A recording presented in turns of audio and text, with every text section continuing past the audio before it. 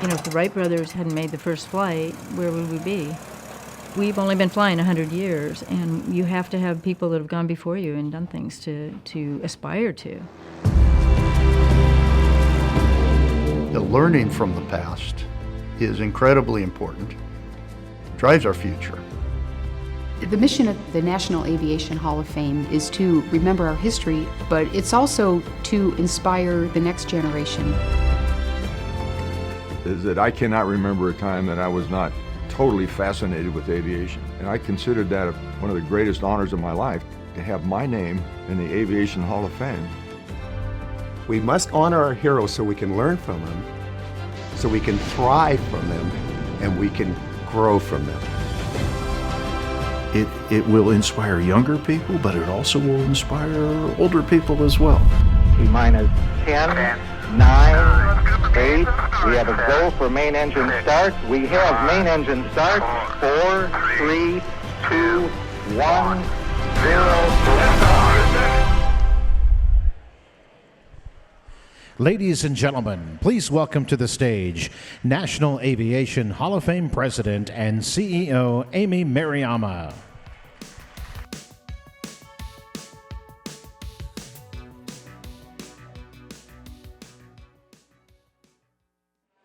Good evening, ladies and gentlemen. It is such a privilege to be here tonight as we honor the legends of aviation and reflect on what their legends mean for the future.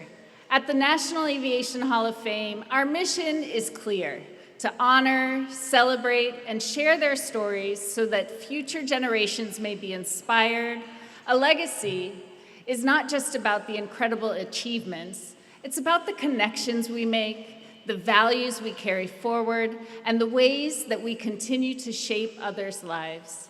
That spirit lives in every individual that we will celebrate tonight, and in all of the men and women enshrined in the hall. And so with that in mind, I would like to ask you to join me in welcoming to the stage the returning enshrinees of the National Aviation Hall of Fame. Former NASA Administrator, Major General Charles Bolden, Jr.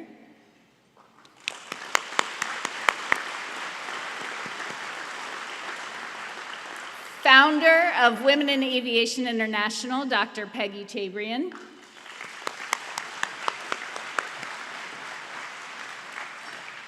going to see if they're a little shy. Oh, there you are. We were chatting. Ah. Shuttle Commander, Colonel Eileen Collins. Military Leader, General Ron Fogelman. Telemedicine Pioneer, Miss Joan Sullivan Garrett.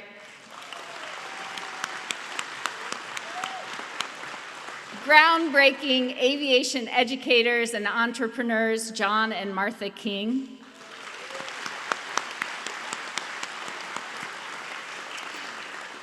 Legendary aviator and industry pioneer, Mr. Clay Lacey.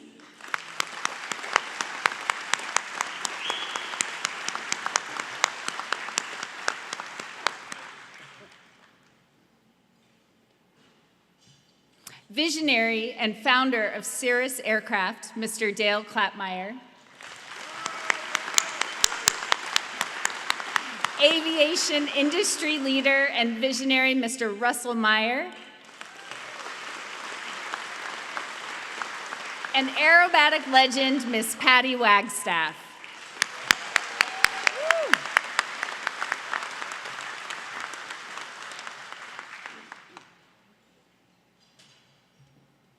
Thank you so much. Yeah.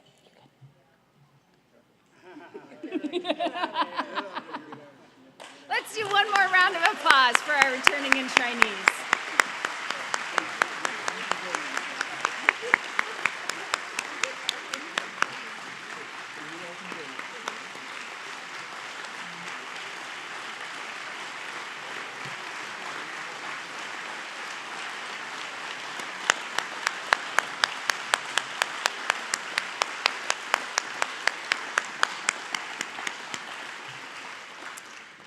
I'd also like to ask us all to take a moment of silence as we reflect on the lives and contributions of the enshrinees that we lost this year.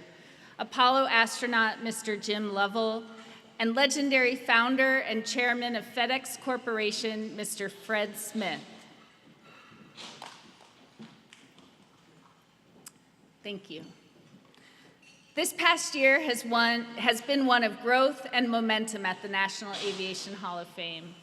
Our aviation STEAM curriculum, Problem Solving with Wilbur and Orville, has already reached more than 250,000 students across the country, a number that continues to grow.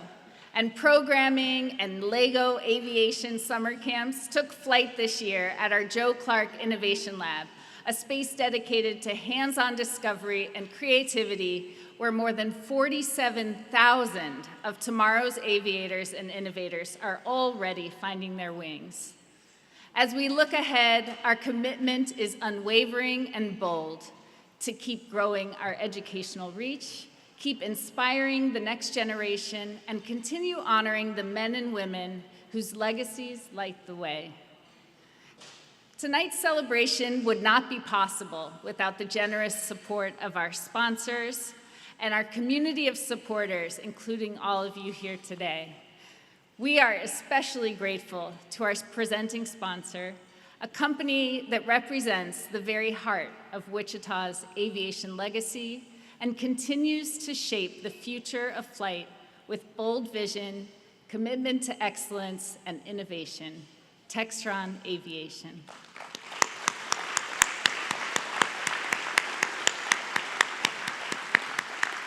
So with that, I will leave you and say thank you very much for being here. Enjoy.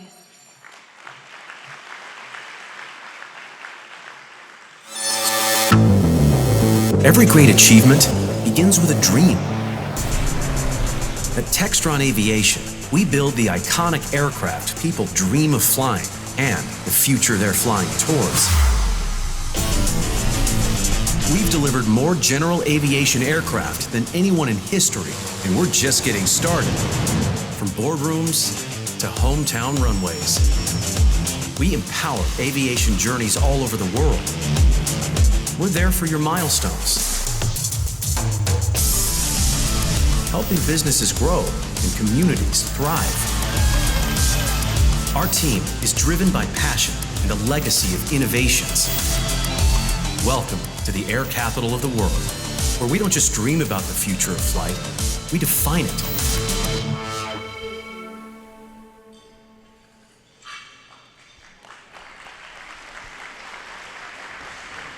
Ladies and gentlemen, please welcome Mr. Ron Draper, President and CEO of Textron Aviation.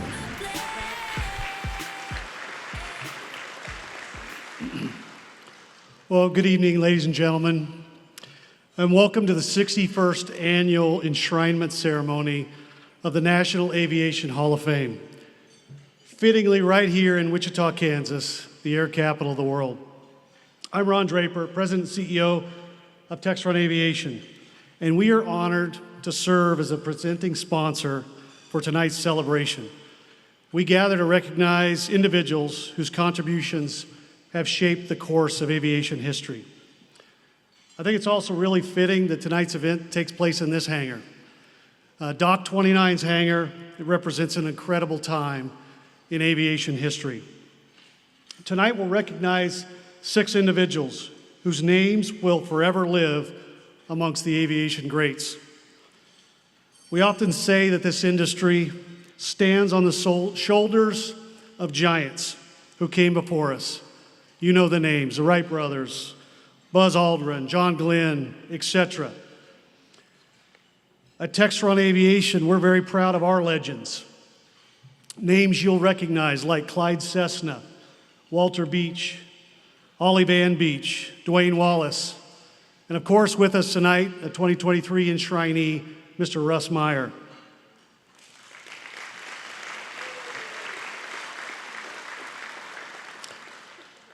This year's honorees have contributed to the aviation industry in unique and impressive ways, and they align with the greats that came before them. So, On behalf of Textron Aviation and the National Aviation Hall of Fame, thank you for joining us to celebrate the class of 2025, to honor all those past and present who join us in our mission of inspiring the journey of flight. Thank you.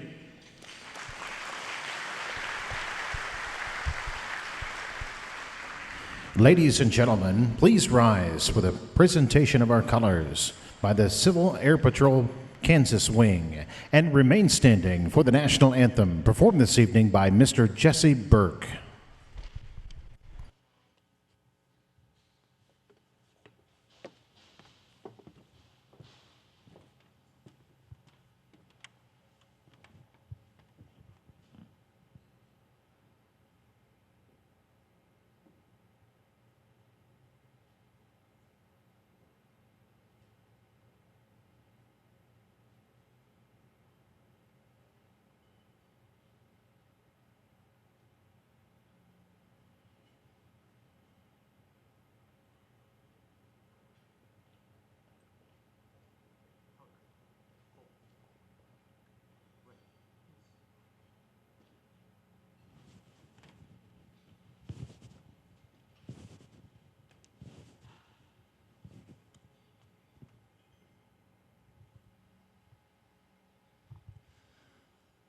Oh, say, can you see by the dawn's early light what so proudly we hail at the twilight's last gleaming, whose broad stripes and bright stars through the perilous fight o'er the ramparts we watched were so gallantly streaming, and the rocket's red glare, the bombs bursting in air, gave proof through the night that our flag was still there. Oh, say, does that star-spangled banner yet wave o'er the land of the free and the home of the brave?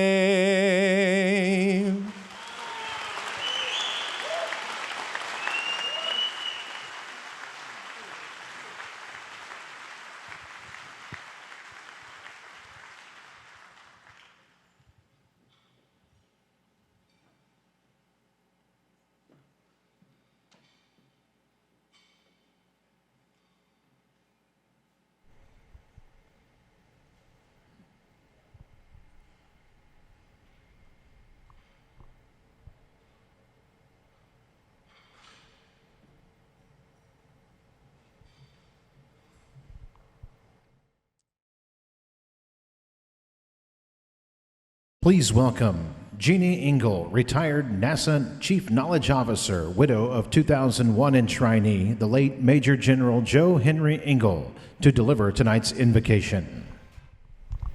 Heavenly Father, we gather with grateful hearts to celebrate the dedication of those amongst us that are being enshrined tonight. We thank you for the blessings that have led us to this evening and for the gifts and talents we each possess.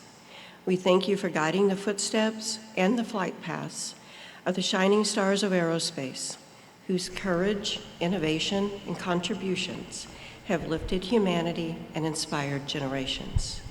We're grateful for your grace in our own lives and for the chance to gather in fellowship and honor those who have shaped the skies and our future.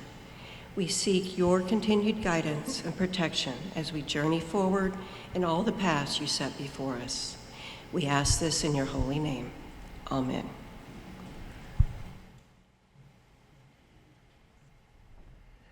Please be seated.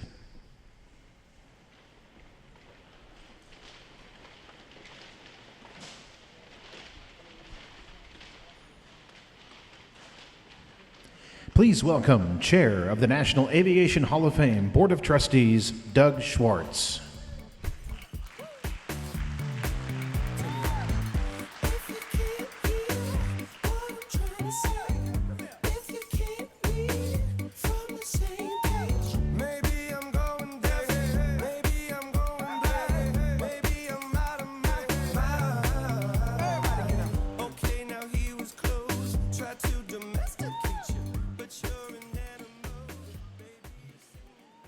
Well, welcome, ladies and gentlemen, friends, honored guests, to the 2025 National Aviation Hall of Fame dinner and enshrinement ceremony.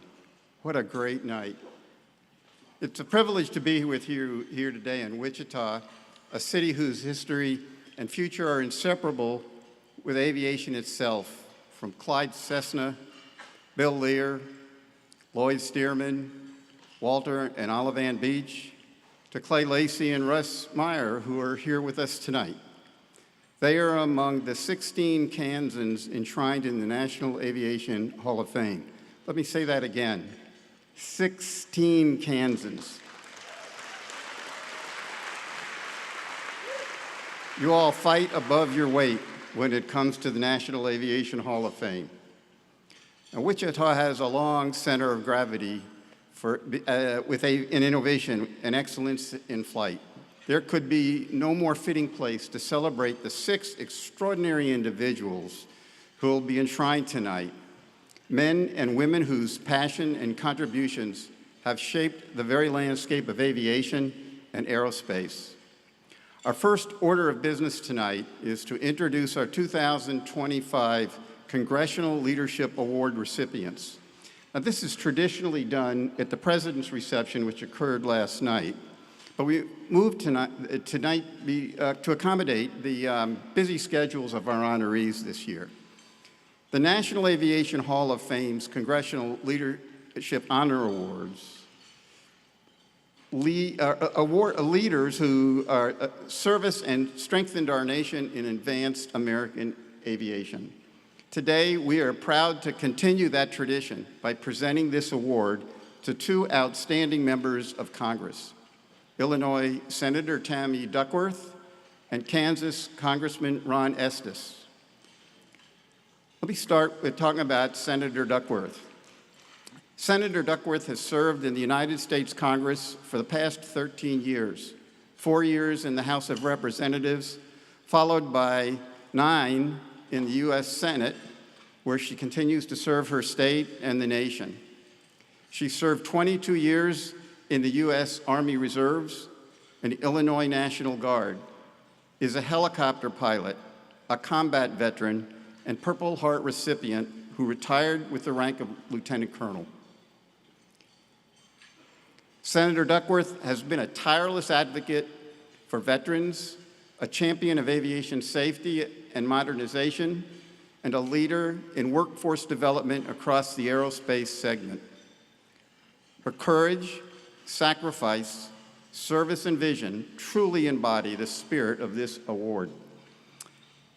Unfortunately, Senator Duckworth was unable to be here tonight with us in person. However, she has recorded her thoughts on this award to share with us this evening. Hello, everyone. I'm so sorry I can't be with you in person today, but I wanted to be sure to express how grateful I am to receive this year's National Aviation Hall of Fame Congressional Leadership Award. Despite ongoing challenges, the U.S. has long represented the gold standard in aviation safety, and I'm proud to do everything I can in the Senate to keep it that way.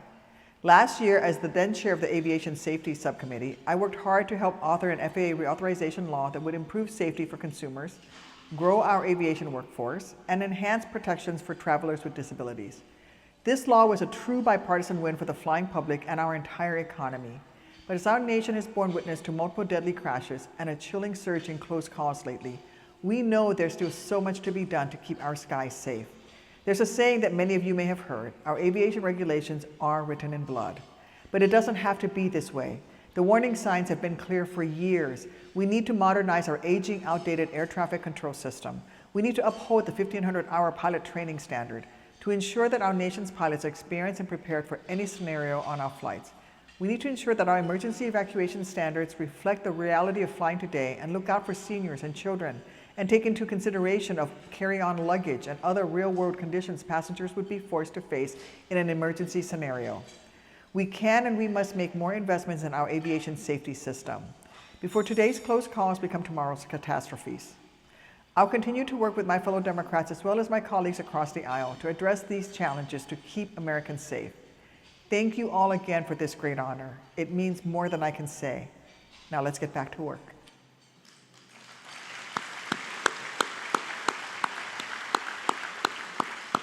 Thank you, Senator Duckworth. Let me introduce you to Congressman Ron Estes, a fifth-generation Kansan. He has been a steadfast voice for aviation and aerospace in the U.S. House of Representatives, representing Wichita, the air capital of the world, for the past 9 years. He has worked tirelessly to champion policies that support general aviation, strengthen our aerospace workforce, and ensure that this vital industry continues to thrive in Kansas and across the nation. His leadership and advocacy reflect the very values this award was created to honor. Tonight, we are pleased to present Congressman Estes with the 2025 Congressional Leadership Award, and he becomes the second Kansan to receive this prestigious recognition, joining Senator Jerry Moran, who was recognized in 2023. Please join me in congratulating and welcoming Congressman Ron Estes.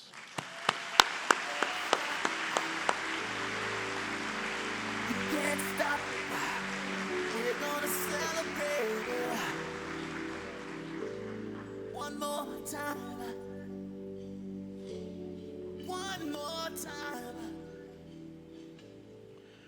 Well, good evening, and welcome to Wichita. This is so great to be able to host this here in Wichita. I understand this is the first time the annual enshrinement ceremony has been here.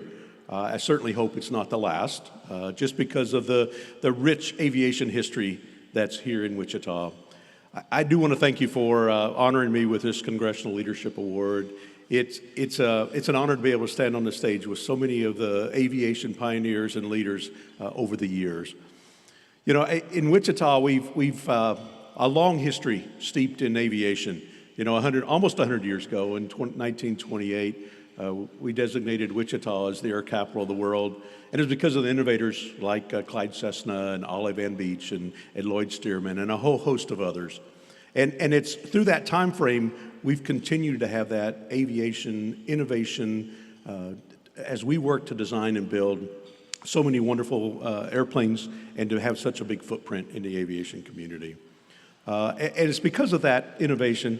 2 years ago, I restarted the House Aviation Caucus with the intention of helping other members who had a footprint maybe in aviation around in their districts to focus on aviation and help promote the industry.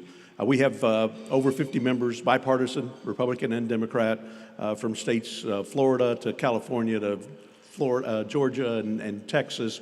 And it's a whole host of members that actually work and focus on the aviation industry, and we want to continue that effort. I'm honored to be able to serve on the Ways and Means Committee and to be a champion or an advocate for the aviation industry, and I want to continue to do that. So in closing, I'll just say thank you again for honoring me with this leadership award, and I look forward to seeing you back in Wichita for, if not next year, the year after. Thank you.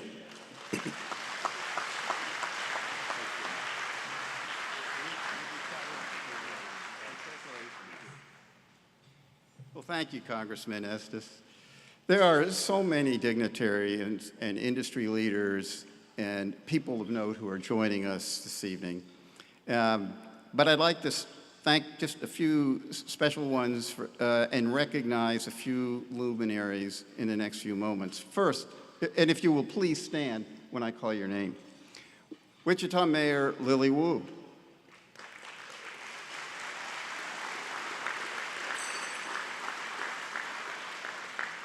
Kansas Representative Susan Estes.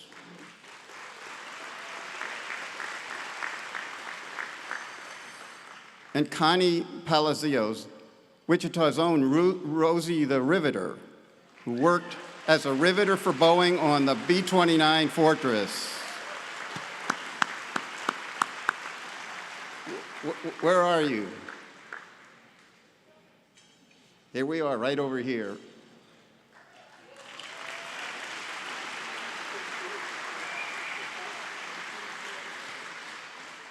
I'd also like to recognize the men and women who are my colleagues on the Board of Trustees of the National Aviation Hall of Fame.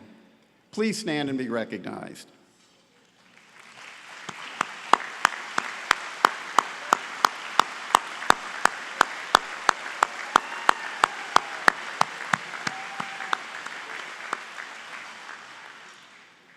Next, I want to recognize the members of the National Aviation Hall of Fame Board of Nominations who are tasked with the critical role of vetting candidates for enshrinement. Their work makes tonight possible, and we thank them for their thoughtful consideration. Those of you with us tonight from the Board of Nominations, please stand and be recognized.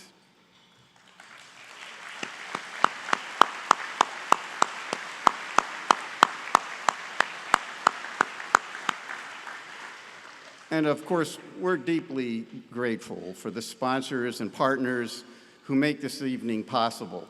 A special thank you to your presenting sponsor, Textron Aviation, to Cirrus Aircraft, our President's Reception sponsor last night, and to the National Business Aviation Association, our bar sponsor, and to all the other partners and sponsors for tonight's event. Please join me in thanking them for their generous contributions.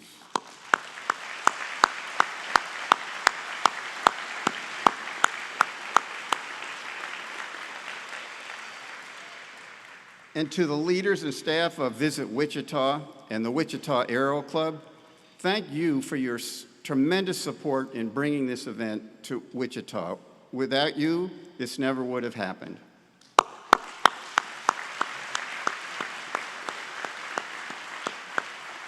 And finally, and perhaps most important, a very special welcome and show of appreciation to our military veterans and active duty service members in our audience tonight, to those who have bravely served our nation in times of peace and war. We owe you a profound debt of gratitude.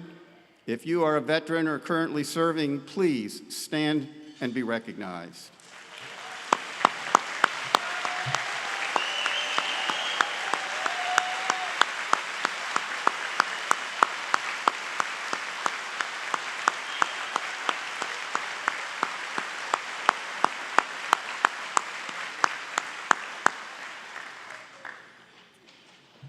Last evening at our President's Reception, we had the privilege of recognizing several extraordinary individuals and organizations.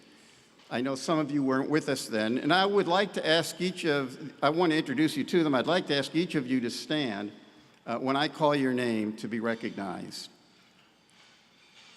Our Neil Armstrong Outstanding Achievement Award was presented to Michael Williams, founder and CEO of Jet Air Group, whose groundbreaking innovations in aviation safety have saved lives and set new standards for the aviation industry.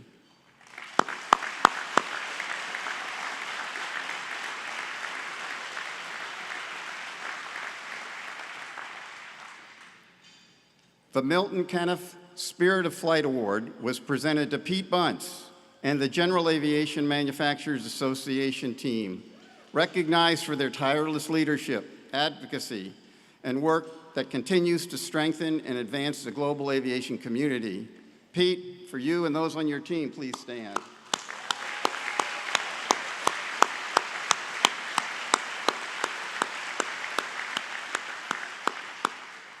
And lastly, the A. Scott Crossfield Aerospace Teacher of the Year award was presented to Thomas Sandow for inspiring the next generation of innovators through hands-on aerospace education and for honoring the vision of legendary enshrinee Scott Crossfield.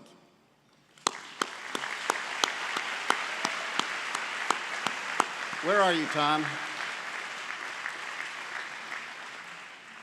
There he is in the back.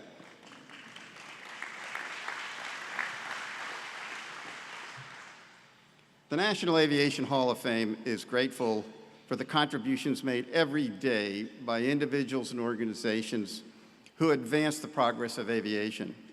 And tonight, we gather for the highest honor of all, induction in the National Aviation Hall of Fame for 6 new enshrinees. They will join the 270 aviation heroes already enshrined, adding their stories to a legacy that continues to shape our future.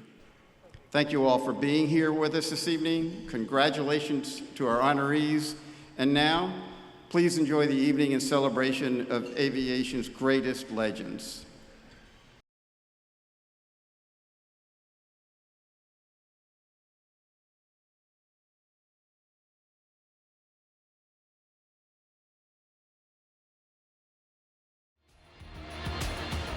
Ladies and gentlemen, please welcome to the stage your MC for this evening's ceremonies, CNN correspondent and pilot, Mr. Pete Muntean.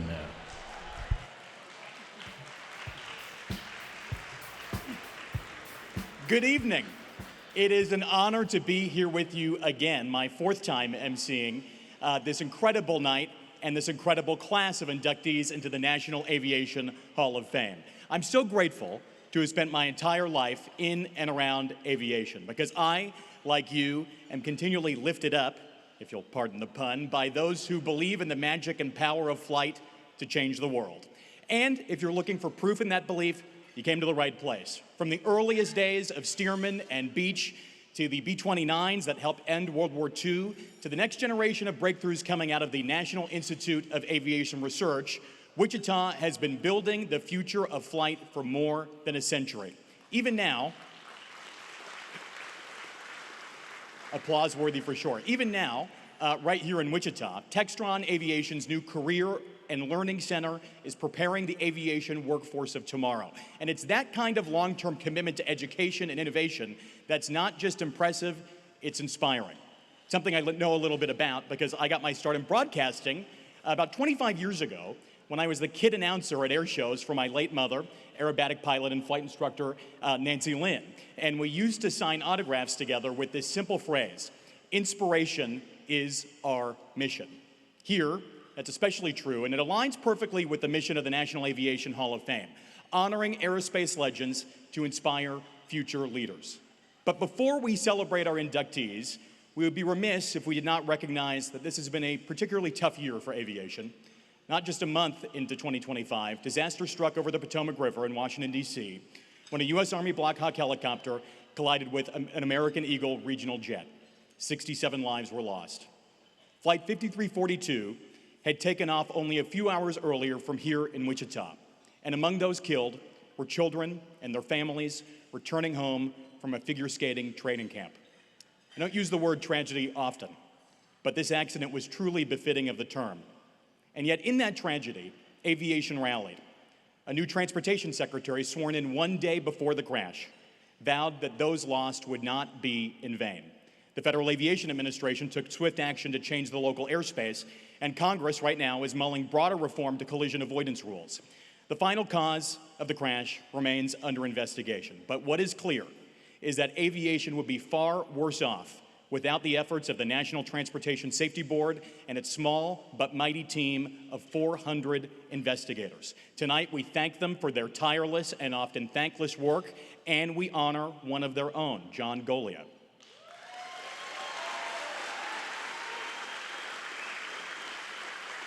The good news tonight is that the aviation community continues to grow. And earlier this year, I had the privilege of visiting the Organization of Black Aerospace Professionals Luke Weathers Flight Academy near Memphis. And there, I met students like T. Frisbee, a flight attendant training to become a commercial pilot. And she told me how, for much of her life, she's never seen a black pilot, much less a black woman pilot. Yet at the academy, She found mentors and peers who not only looked like her, but also supported her and her dreams.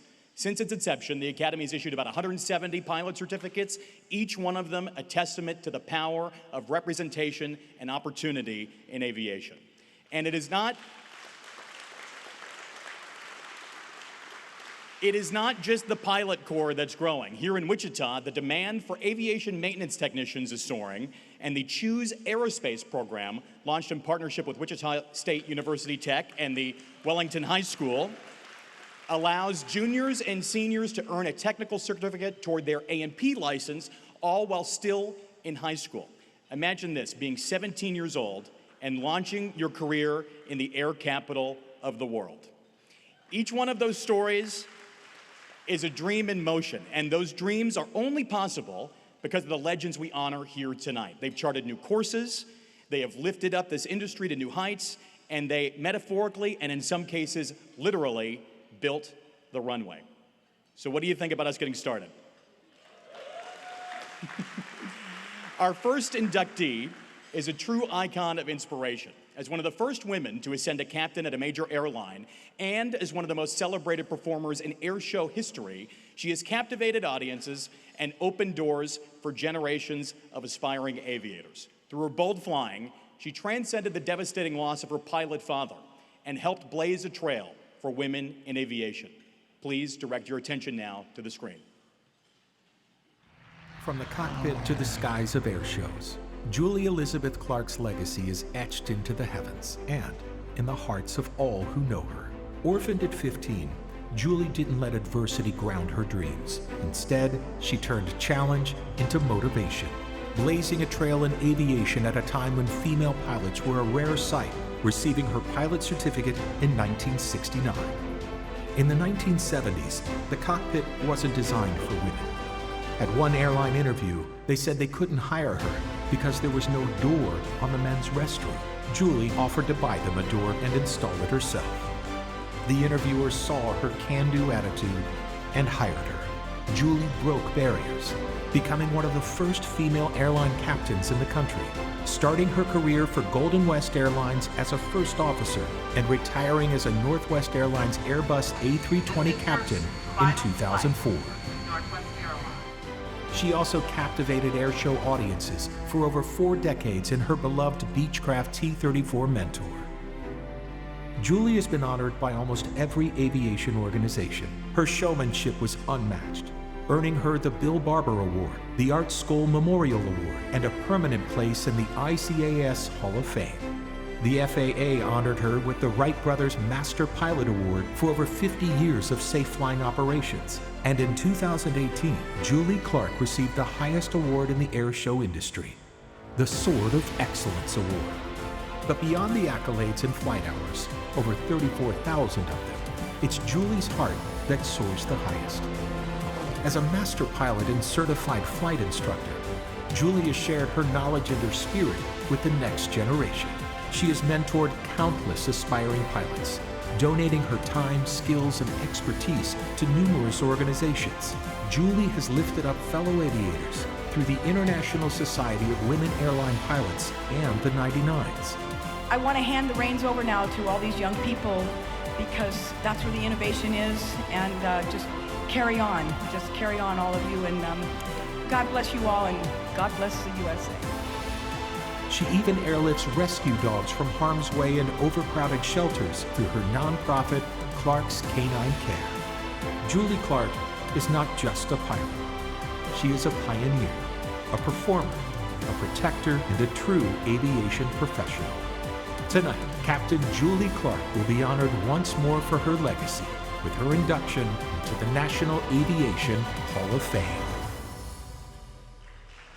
Please welcome Airbus A320 pilot Donna Miller.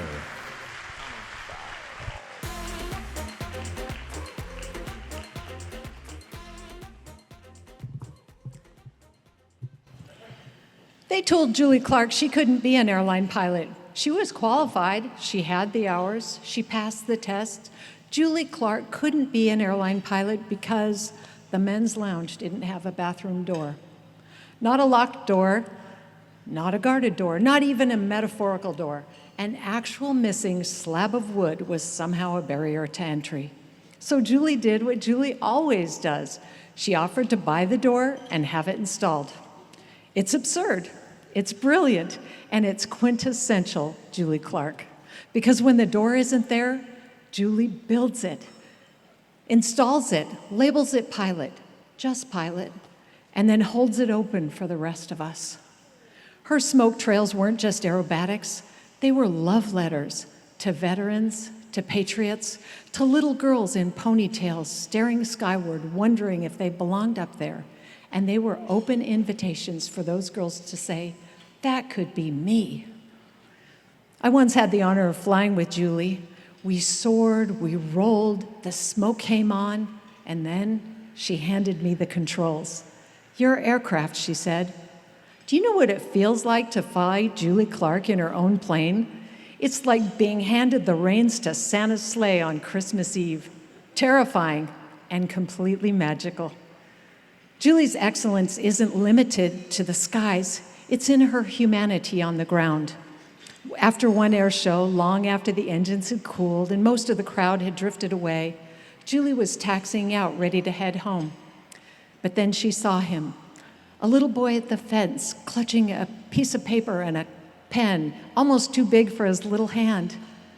He waved like his dream depended on it. Julie waved back, and then she stopped the plane, shut it down, climbed out, and signed her name on his paper. Because Julie doesn't just perform for the crowd, she sees the kids at the fence, the ones who wait, the ones who believe, and she makes sure they know they matter. She stopped a plane so a kid could start a dream. That wasn't a detour, that was the mission. Because that's what Julie does. She doesn't miss the moment, she makes it. Julie Clark hasn't just opened doors, she made sure no one else had to fight for the hinges. Because doors don't open by magic, they need support, structure, the unseen things that make real change possible. Julie didn't just break through for herself, she stayed to make sure it would be easier for the next one through. Her legacy isn't just the door she installed and opened, it's the generations walking through it today. And tonight, that door swings open right into the National Aviation Hall of Fame. Ladies and gentlemen, please help me welcome home Julie Clark. Tonight, we welcome award-winning air show performer and mentor Julie Clark into the National Aviation Hall of Fame.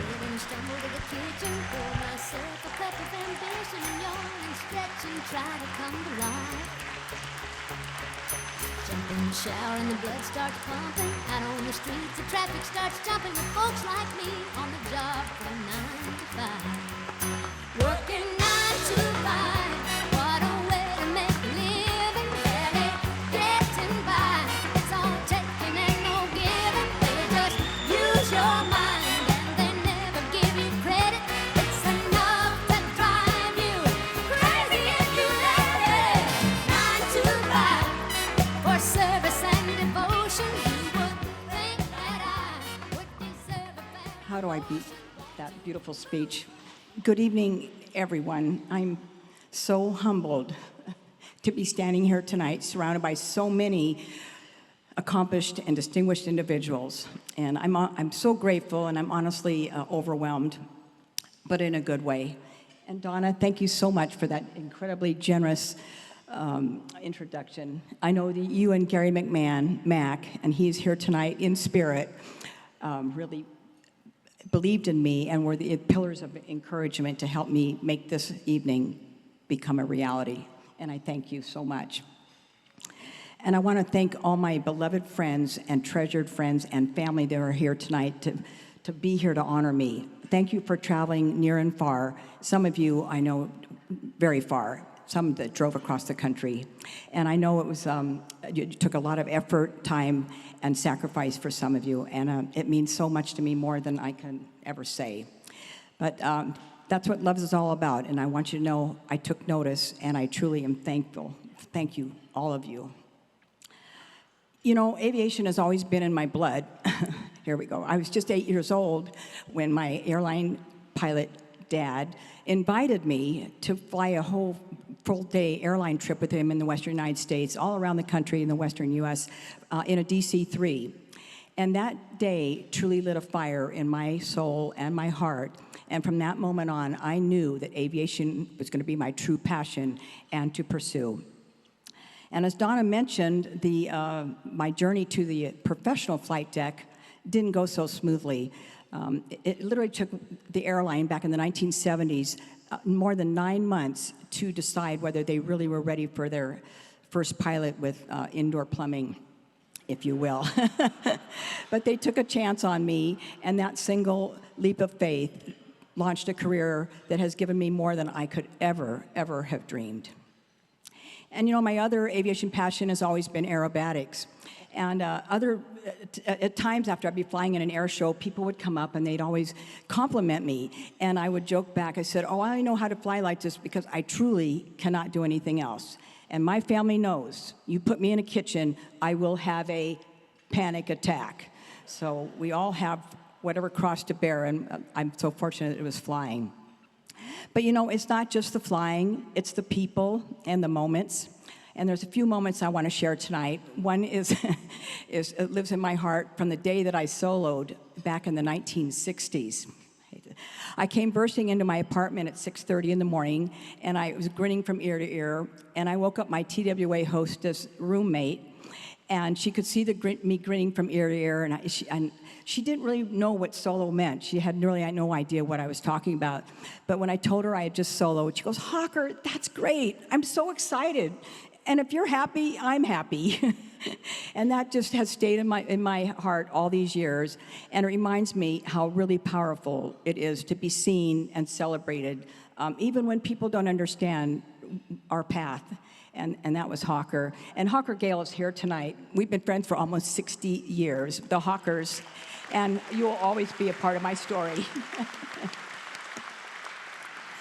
Another beautiful memory, and I won't go belabor on a lot of things tonight, but is with my twin sister, Judy. We call each other Woomy. I'm Woomy 1, she's Woomy 2. And over the 4+ decades that I flew solo professional aerobatics and air shows all over the country, she was there many, many times in the audience. And so when I'm signing autographs, I would always introduce her, and people would always say, oh, are you a pilot too? And Judy, without skipping me, goes, oh no, I'm the normal twin. And I still laugh when I think of that. And that always got a good laugh among everybody, and it truly kept me grounded. Probably not a good word to use in a room full of pilots. But Woomy, she's been my compass from the beginning, and we've been together from the beginning. I mean, the very beginning.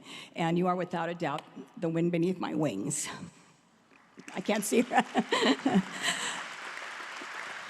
So these stories and 1,000 other small stories are powerful and truly the fabric of my journey.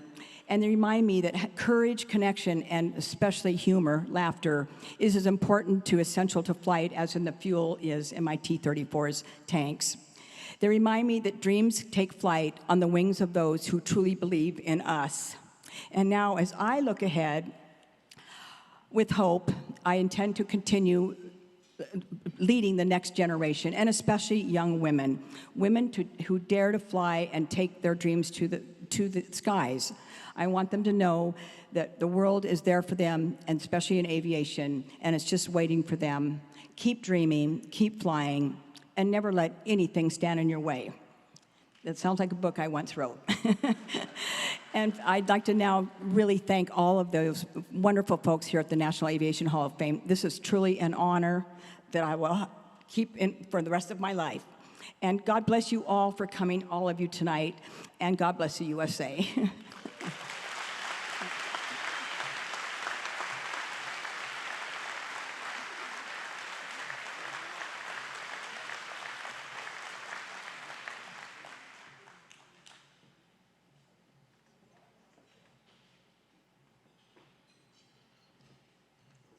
Our next inductee is a visionary engineer and entrepreneur whose name is synonymous with revolutionizing the world of rotorcraft.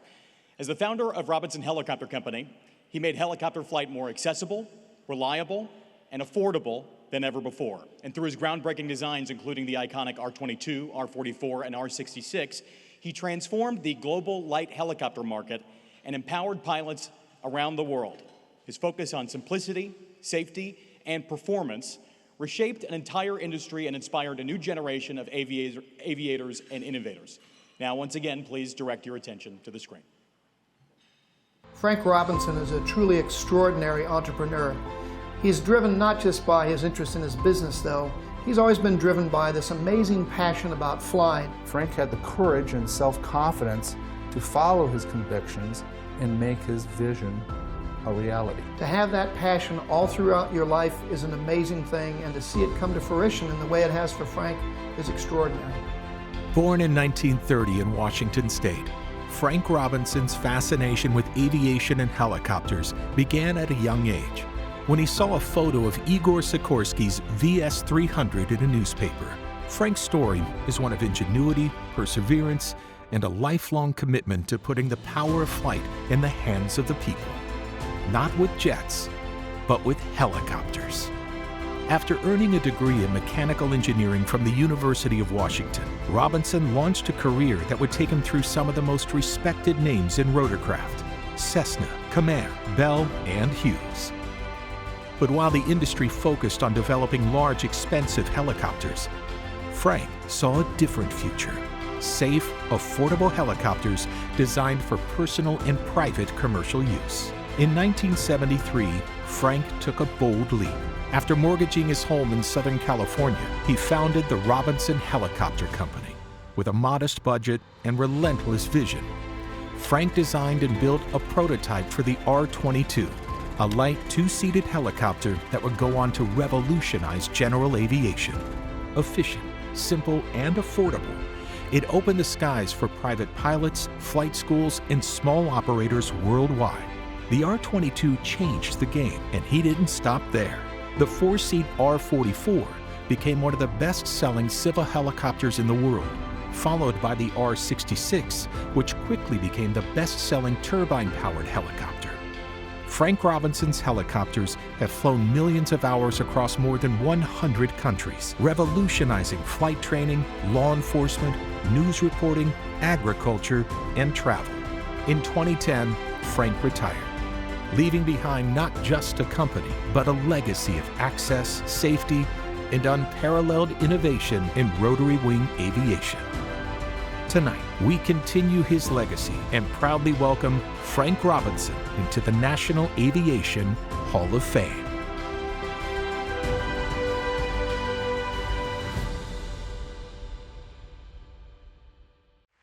Please welcome rotorcraft instructor and author of the Robinson Flight Training Guide, Tim Tucker.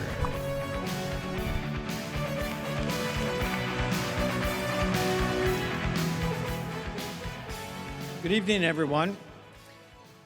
One morning in the spring of 1976, I opened up the Los Angeles Times and read an article about this man who was designing a helicopter in his living room and was about to test it at Torrance Airport.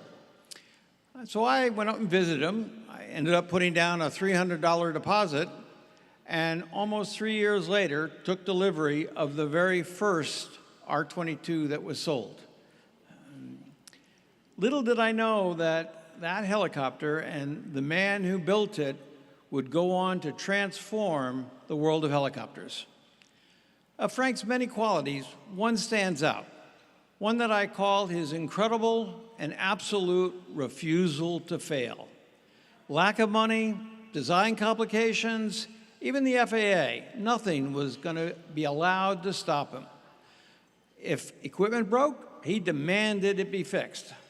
If a test had to happen, he did it on the weekend, got the FAA there. He simply would not accept defeat. A perfect example of this came early in the flight testing of the R-22. Offshore near Palos Verdes, the tail rotor failed at 2,000 feet, and the aircraft began to spin out of control. Test pilot Bob Golden entered auto rotation and ditched safely in the Pacific Ocean, but the helicopter sank in 50 feet of water. Frank knew he had to recover it. Otherwise, the only alternative was to build another prototype and risk another test pilot until the tail rotor failed again so they could see what happened. The entire project hinged on finding that wreckage. Money was tight, but he hired a small salvage company, a father and son diving team, for 2 days. As the second day ended, the ship was still missing. Now, the regulations prevented the son, who was the diver, from continuing to dive, and the father, a retired diver, refused. This is when Frank's refusal to fail kicked in, and he convinced the father to come out of retirement and make one last dive before sunset. And on that last dive, they found the R-22. The wreck revealed the problem was a casting on the tail cone. It had broken and caused the tail rotor to fail. Today, or at that time, if you looked at the casting, there was one row of rivets that held that casting on. If you look at an R-22 today, there are 2 rows of rivets that hold that casting on. Frank's determination made it possible for the R-22 to move forward, ultimately changing helicopter aviation forever. That was Frank Robinson, a man who simply would not quit. His refusal to fail built a company, created a legendary helicopter, and inspired all of us who were lucky enough to know him. Thank you, and enjoy your evening.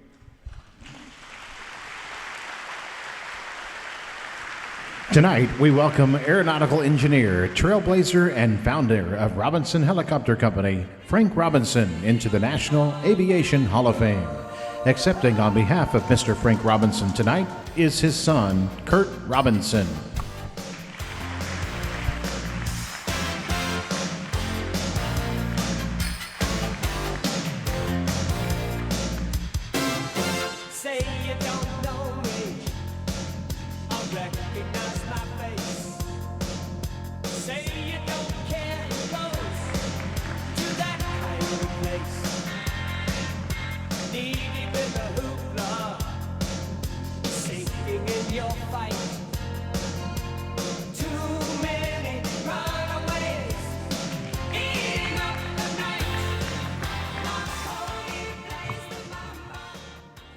Hi, I'm Kurt Robinson.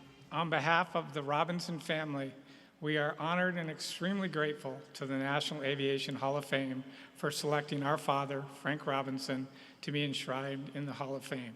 Thank you, Amy Mariama, and everyone involved in the selection process for making this possible. For what it's worth, the decision to induct Frank Robinson, I think, was a perfect choice. Frank lived his entire life immersed in aviation as a pilot, a designer, an engineer, and an advocate for the helicopter industry. In college, he had bought a Luscombe airplane and got his fixed-wing license, but by that time, he was already infatuated with helicopters. So following his graduation from the University of Washington, Frank went to the most logical company he could think of to make affordable private helicopters. He went to Wichita, Kansas to work for Cessna. When Cessna, who had the Skyhook helicopter program, when they dropped it, rather than stay and work on airplanes, Frank moved on and spent the next 12 years working at various helicopter manufacturers, hoping to join a team that was working on a small civil helicopter. His goal, of course, was to help develop a helicopter he could afford to own and operate. But Frank's timing was wrong, as we all know. With the Vietnam War going on, Bell, Hughes, and all the other manufacturers were focused on military aircraft. So Frank was forced to either give up his dream or start his own company. So there he was at 42, and he was, in the truest sense of the word, a reluctant entrepreneur. Serendipity, it seems, has a way of playing out in life. Frank, as it turns out, was a brilliant entrepreneur. In fact, it was his calling in life, I would say. With his strong will, his stubbornness, and his ability to get great people to work for almost nothing, he designed, built, and flew the R-22 helicopter, and then later the 44 and the 66. Two of the people involved in the beginning of this are with us tonight. One is Tim Tucker, and the other is Karen Walling, who you can see in photos flying in the prototype experimental R-22. For the next 3 decades, Frank owned an upstart company, or ran an upstart company, very much his way. He tackled every problem imaginable as the engineer that he was from an engineering perspective. That means design, manufacturing, flight training, things like insurance, accounting, and of course, our favorite, products liability. He was never afraid to challenge conventional wisdom, challenge his employees, or challenge the FAA and foreign authorities when he believed that his way was better. His way was always simpler and it was always cheaper. We are most proud of with Frank is that he will be remembered for his unwavering commitment to aviation safety, helicopter safety, both through his designs and through his development of the Robinson safety courses. I would say the highlight of Frank's career came in 2008 when the President of the United States, George W. Bush, along with California Governor Arnold Schwarzenegger, visited the Robinson factory, our house, so to speak, to champion a U.S. manufacturer that exported the majority of its products overseas. The president recognized Frank's achievement, building a world-class business rooted in ingenuity and American innovation. The funniest thing, Frank being Frank, when he started the tour, he took about 3 steps, turned around, looked Bush in the eye, and said, "Just so you know, I didn't vote for you."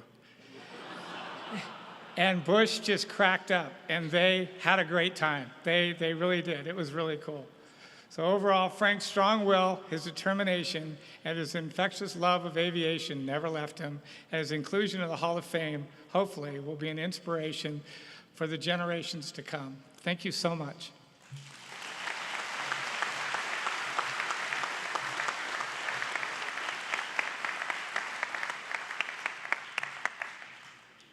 Our next inductee is a tireless advocate for aviation safety and a champion for the often unsung heroes of flight, our aviation maintenance professionals, or mechanics.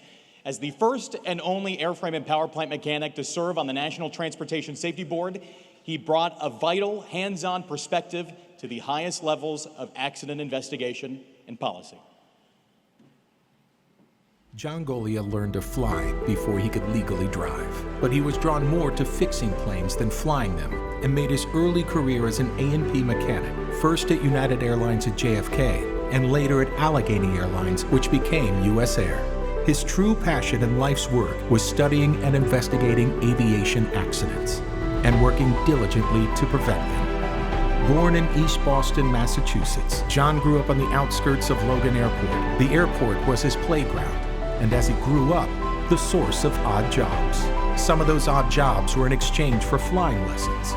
But one of his most formative experiences was as a teenage scuba diver, pressed into service after a Lockheed Electra crashed in Windward Bay on takeoff after hitting a flock of birds.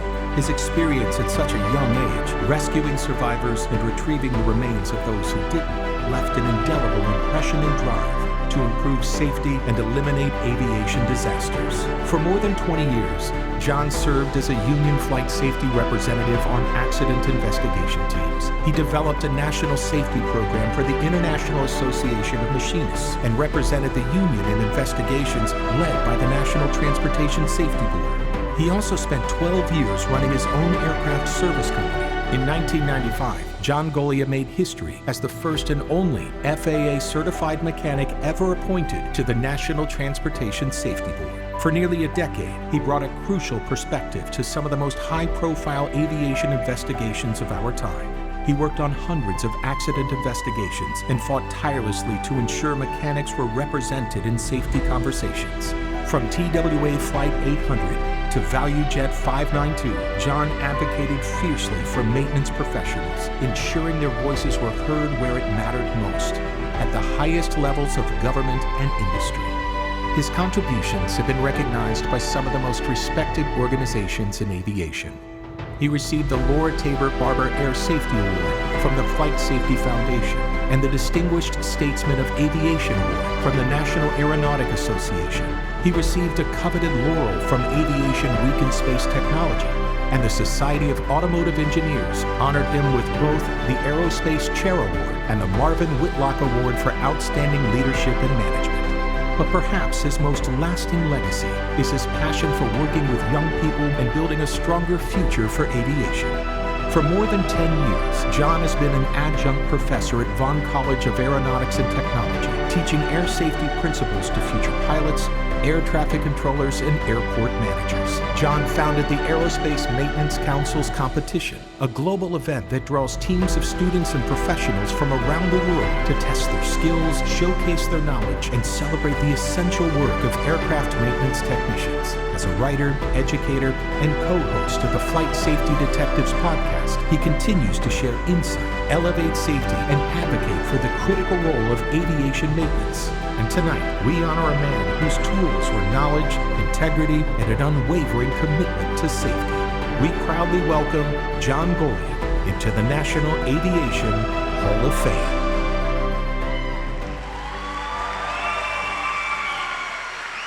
Please welcome Chairman Emeritus and former CEO of the Cessna Aircraft Company and 2009 enshrinee, Russ Meyer.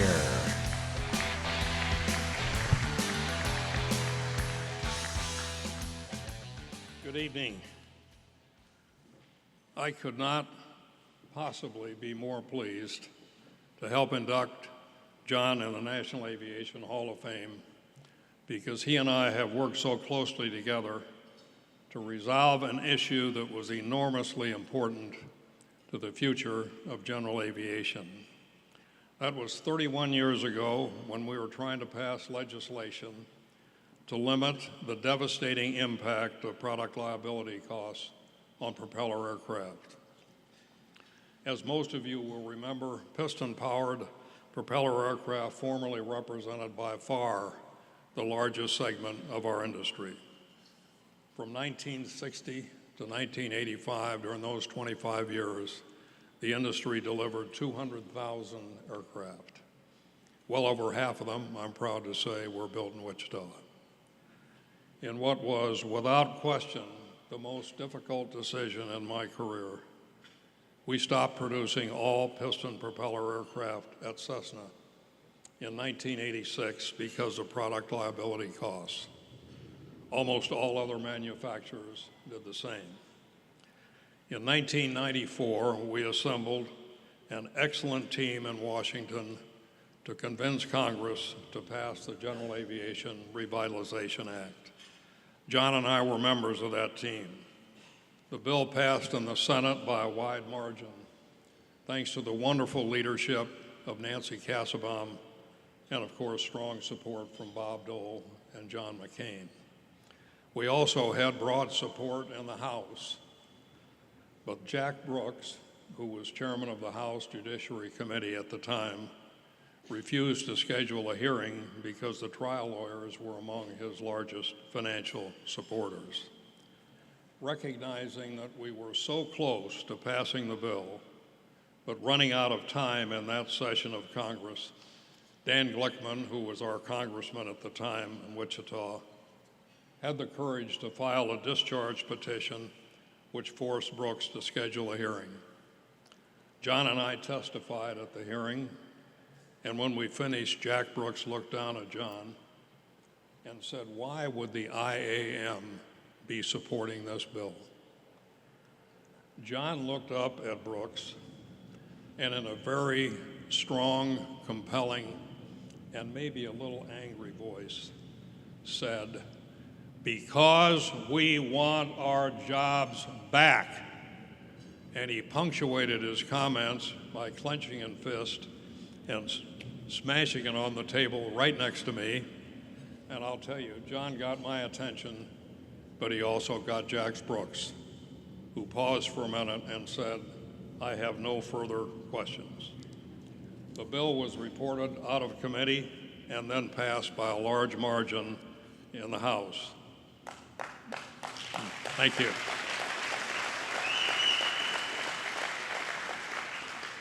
So on August 14th of 1994, our team joined Bill Clinton at the signing ceremony at the White House, where he said, "I'm signing this bill because I know it will create lots of good jobs." He was right about that.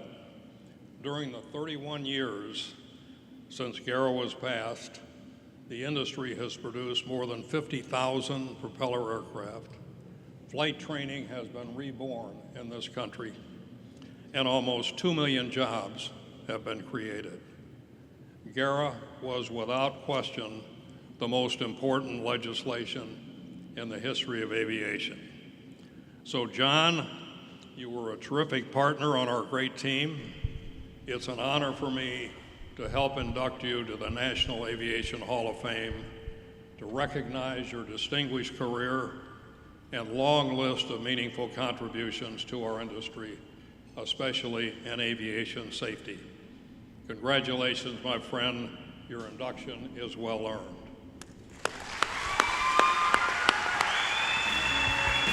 Tonight, we welcome aviation safety expert and former NTSB board member, the Honorable John Golia, into the National Aviation Hall of Fame.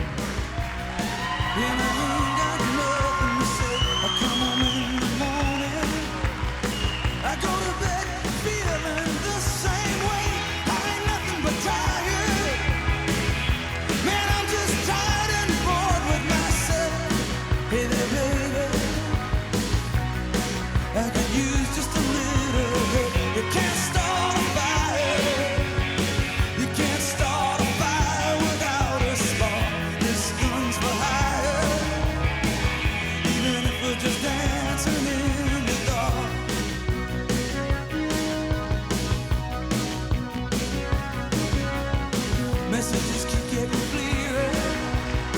Radio's on and I'm moving around the place. I check my look in the mirror. Wanna change my clothes, Wow. Those of you that don't know my passion for this business will know that I'm not going to get through this. And one of my friends from United Airlines sent me, while I was sitting there, a package of Kleenex. I have a pocket full of handkerchiefs. What a great industry we have. I mean, really.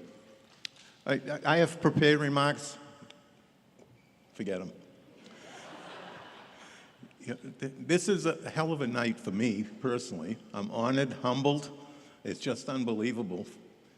And I teach school with Vaughn College of Avionics in New York City. I co-teach with an former FAA attorney, Loretta Alcalay. And the students love us because sometimes when we're talking, we don't agree. And it turns into a wonderful session. They love it. They love it.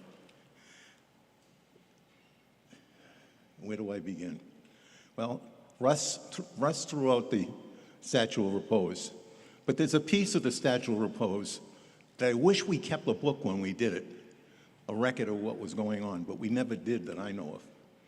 But one of the things that made it all happen was something that you couldn't plan. Bill Clinton had one of those endless committee, airline commissions and all the stuff that they do over and over in Washington. And Russ Meyer was on one, and my boss from the Machinists Union, John Peterpaul, was on it. And somebody, nameless person, decided to seat them alphabetically. So in this panel, Russ Meyer was sitting next to John Peterpaul. And I don't know what happened between the two of them there, but they became friends. And John Peterpaul was the one who told me what I was going to do. If you knew John Peterpaul, you just shook your head and said, yes, boss. But I got my marching orders, and it was because of that relationship that was built that the IAM jumped in. And they didn't just jump in on the surface. As we went forward, every week I had to report to the IAM's chief lobbyist in Washington, because they put the team to work to make sure we worked on them. And this is something that's never been said either. We worked on, three of us, the Three Musketeers, Tyson Whiteside from the Aircraft Electronics Association and Al Jackson from GAMA. And we walked that hill every single week, talking to staff, talking to congressmen when we could get it. And one day we were standing out in the hall, and I was told this afterwards. Congressman from Philadelphia was walking the opposite direction in a cross hall and saw us standing there. And he came down, and I haven't seen him, And this person leans over behind me and whispers in my ear, "I just signed on." And it was gone that quick. He turned around and left. That was the Democratic congressman from Philadelphia. And I told my two partners what had happened, and the three of us stood there in shock because we knew what that meant. We had a half a dozen other congressmen that told us, if you get one, I'm on. And they opened the floodgates for the discharge petition, and it was all over in the House. It was all over once that happened. You know, and that whole time, I was promising, with my three musketeers, I was promising that we were going to create 10,000 jobs. Thank God all of you in this room didn't make me a liar, because you created that and more.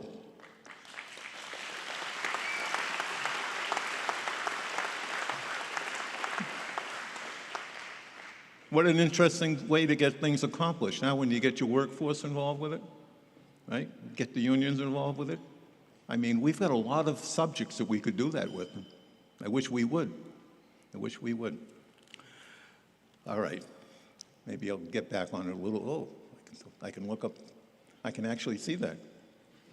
All right, so, you know, when I was growing up, I spent a lot of time at the airport. Pre-TSA. No fences, nothing in the way. I don't know if they showed any of that. I didn't even see that, so I don't know what that video was. My family didn't always appreciate me staying right after school. I lived on the shadows of the airport, Logan Airport in Boston. Right after school, I'd head down to the airport. My bike, I had AN hardware on my bike before I knew what AN hardware was. I just knew that those nuts didn't come loose. And we had hangars. We had, United had a hangar, American had a hangar. We had a couple of FBOs, and Northeast Airlines had a hangar. And if we go in there after riding around and abusing our bikes, which were not new, they were pretty well used, and we needed something done, the mechanics would always just help us, right? They get us the hardware, they do it all. So I have been maybe gravitating towards the maintenance community for a long, long time. And in aviation, again in school, I tell my students that in aviation, you don't have any limits. They can take you anywhere. I just did it today. I talked to 2 classes today on Zoom today, telling them, you know, look at where I ended up.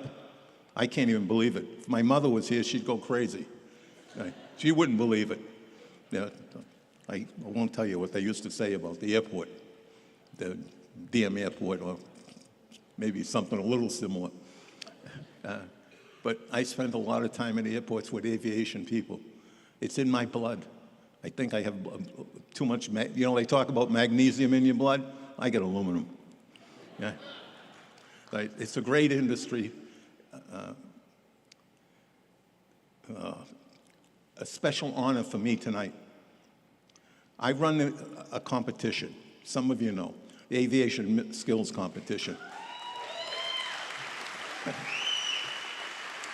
And we bring together mechanics at MRO America and to go through a competition, but it's really to show the industry who we are. And I'll share something with you. You know what the #1 comment that I received from people at the show? These are aviation people.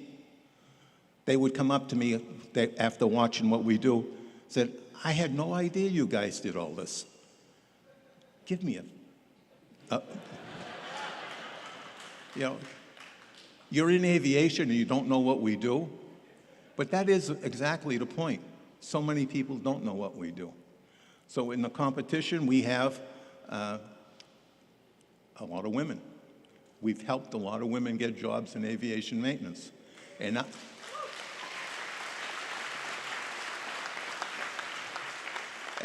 you know, I am a United Airlines alma mater early in my career, and I'm proud to say that they have stepped up and brought in tons of women into the business.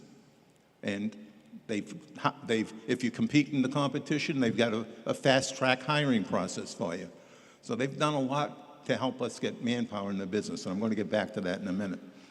But the competition has just been a showcase for what the talent is, for all those nameless, faceless people that every day make us safer. And I was told that not many people do this. I failed. If there was a grade below F, I would have got it in political correctness. All right? But I would like to call out two people tonight. Garrett and Deanna, stand up. Stand up, both of you. All right? Stay standing for a minute. I bet you virtually everybody in this room has flown through Chicago. And I bet you most of you will say, at departure time, I saw the mechanic come up because he had on his back of his vest, he had maintenance. And it was, oh no, or something similar. Because if a mechanic shows up at departure time, it's not a good time to see one. And if you go through Chicago for United Airlines, and you're happy to go through without any hiccups and any problems, there's the number one and number two persons that make that happen right there.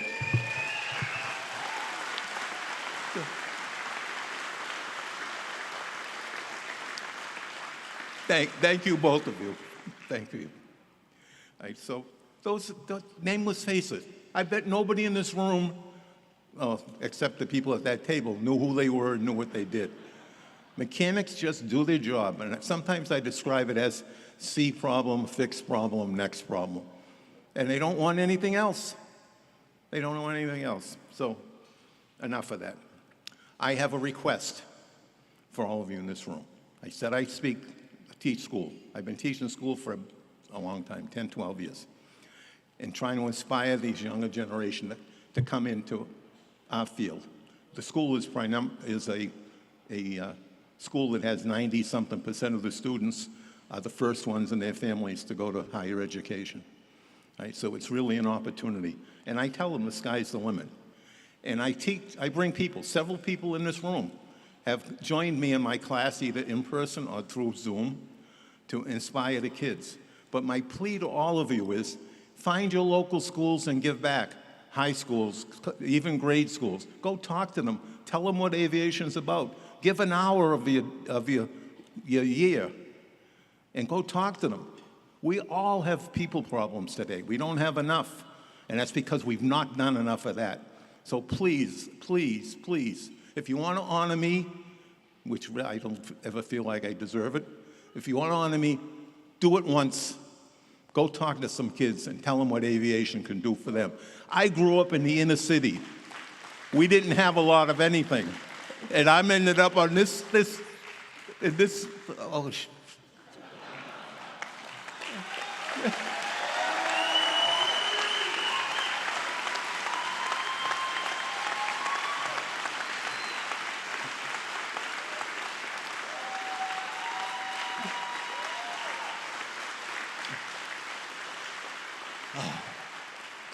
I'm almost there.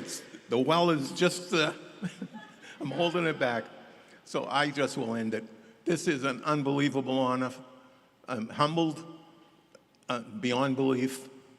I can't believe I'm joining a group that I am Frank Robinson. And one last piece, and I'm going to get off the stage. A proud moment for me. In 2012, we were looking at the competition. We were looking for a way to honor women. And we decided that we would get the first female A&P mechanic, or it wasn't A&P at the time, A&E, and created a scholarship.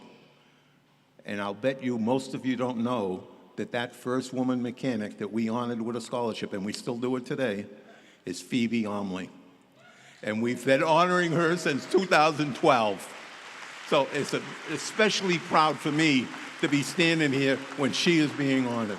And with that, I'll say thank you all for coming. I love you all. I love aviation. I love what the tractor can have for people, both advantaged and disadvantaged. Thank you for them.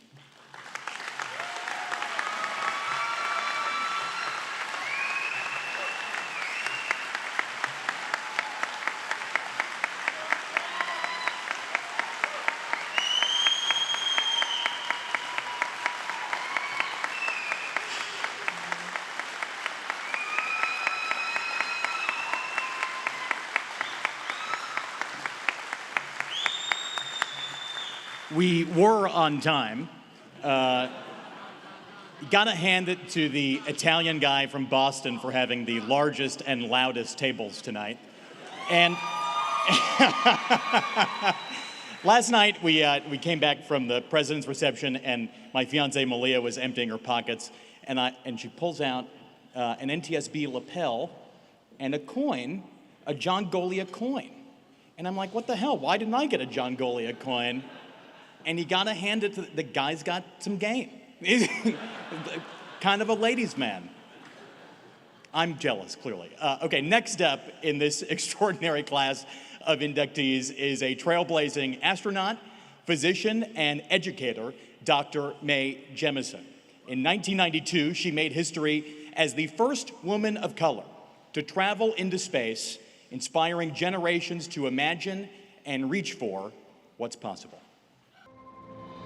Born in Alabama and raised in Chicago, Illinois, Mae Jemison's curiosity knew no bounds. She excelled in science, earned a degree in chemical engineering, and served as a Peace Corps physician in Sierra Leone and Liberia after earning her medical degree.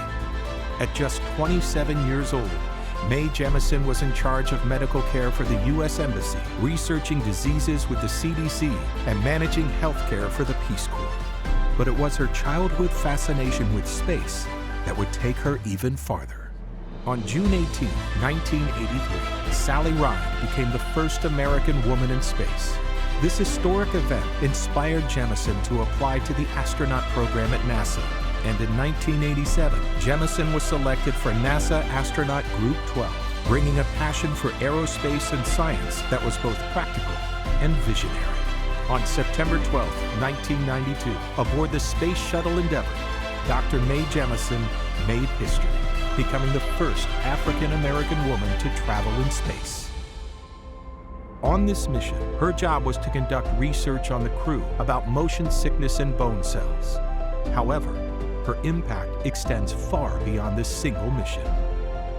As a NASA astronaut and science mission specialist, Jemison combined science, engineering, and flight, demonstrating that the future of aviation includes space, and that inclusion drives innovation. She helped redefine what was possible, not just for herself, but for every young person following in her footsteps. After leaving NASA, Dr. Jemison has devoted her life to education and technology, teaching at Dartmouth College and serving as principal of the 100-Year Starship Initiative, helping to make interstellar travel a reality within the next 100 years. Jemison also founded the Dorothy Jemison Foundation for Excellence and named the foundation in honor of her mother. She has inspired countless future pilots, scientists, and explorers through her public speaking and advocacy, and she's carried a love of flight to every classroom and community she's touched. Dr. Mae Jemison is not only a pioneer of space travel, she is a champion of possibility. Her career has inspired generations to dream bigger, aim higher, and claim their place in the skies. Tonight, we continue her legacy and honor Dr. Mae Jemison with her induction into the National Aviation Hall of Fame. Please welcome astronaut General Dr. Yvonne Cagle.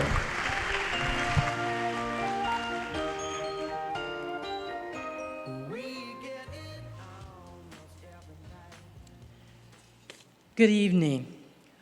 When astronaut Dr. Mae Jemison strapped into Endeavour in 1992, flying aboard STS-47, she carried the dreams of centuries of people who have been told to stand down, to settle, to deny their brilliance and defer our dreams.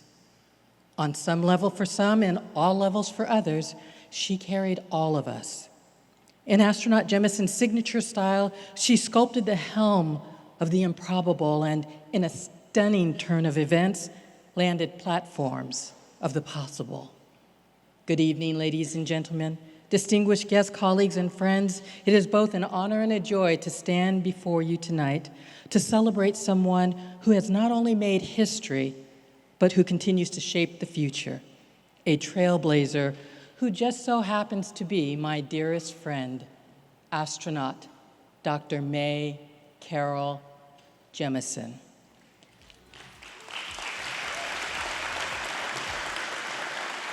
I will never forget that extraordinary moment as a young captain in the United States Air Force stationed in England when the BBC announced that, quote, historically, the first African-American woman has just been selected to join the NASA astronaut corps, end quote, and who would ultimately go on to make history by flying in space.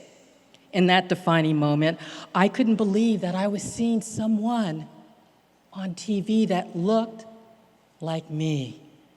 And as the wings of astronaut Dr. Mae Jemison's dreams took wings as they lifted from the face of the earth and reached towards the cosmos on that historic day of September 12, 1992, they not only soared, but those wings reflected.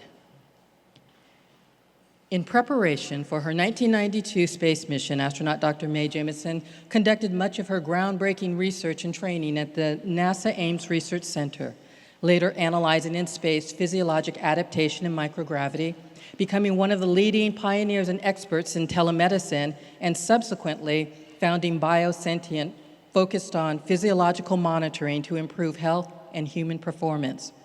Her career trajectory has spanned from serving as a council member of the United States National Academy of Medicine to most recently being appointed as the chair of the NASA Innovative Advanced Concepts, NAHF External Council.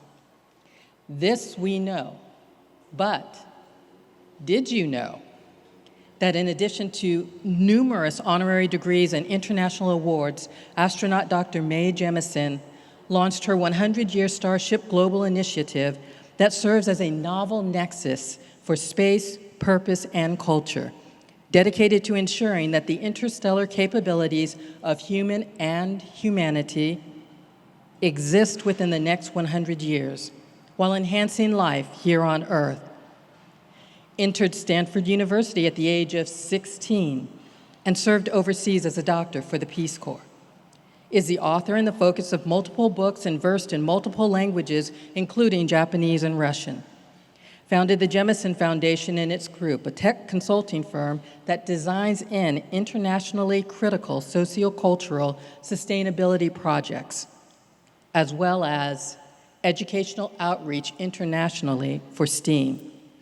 Developed the Skyfi app that in a single day connects us in a worldwide weave of humanitarianism through a global tapestry of sharing.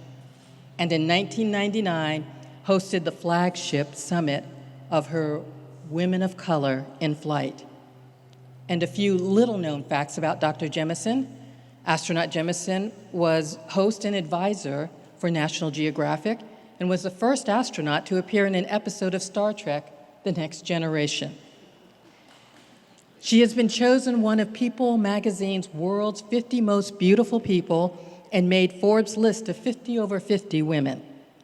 But you know that you have truly teleported, astronaut Jemison, when you become a Lego mini figurine and the fastest selling toy in Amazon history.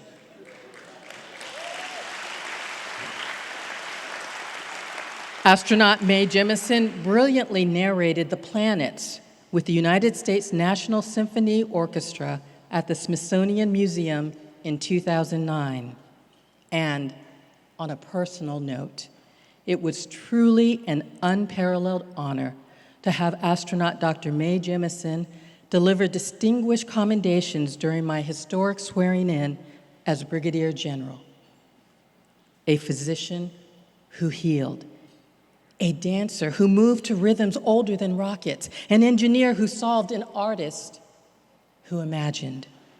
Astronaut Dr. Mae Jemison has reset the bar, ever reminding us that being the first is not about standing alone at the top of the mountain, but it is about holding the door open for others to climb. And she has done that tirelessly through her journeys exploring and transforming, both on and off planet, through her teaching, through every child she has encouraged to not shrink wrap their imagination, but to stretch it wider. In closing, Astronaut Dr. Mae Jemison's vision has always seen the stars not as just destination, but as an irresistible invitation, compelling us to dream bigger, higher. Astronaut Mae Jemison doesn't just break glass ceilings. She turns them into portals so the rest of us can follow. Science or art, exploration or justice, head or heart. For astronaut Jemison, they are not polarizing, they are harmonizing. She has danced on Earth and floated in space, reminding us that gravity bends, but grace endures. Dr. Astronaut Mae Carol Jemison's enshrinement in the National Aviation Hall of Fame is more than history placed in stone. It is legacy carried in flesh, in spirit, in brilliance, in every young dreamer of all ages who has ever looked up and asked, why not me? An astronaut, Dr. Mae Jemison's courageous legacy is enduring, not just orbiting, but etched in our hearts forever, yearning in a universe that bends towards those bold enough to leap, to forge forward, affirmed in knowing no longer if, but when do we launch? Astronaut Dr. Mae Jemison, tonight it is my privilege to present you as you assume your venerated place among the legends of the National Aviation Hall of Famers. Ladies and gentlemen, please join me as we induct our newest enshrinee, a global humanitarian and consummate explorer, a stellar living legacy whose star serves as a beacon illuminating space for all. My cherished friend and lifelong inspiration, astronaut Dr. Mae Carol Jemison. Thank you.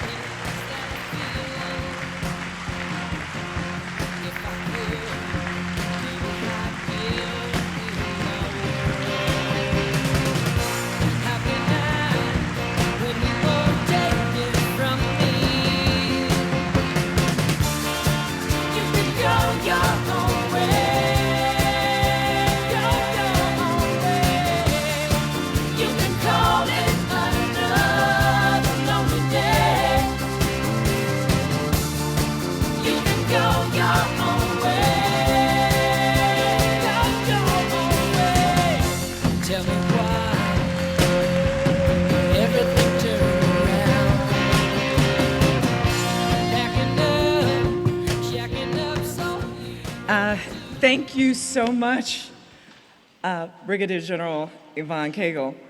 I need to ask everyone a question.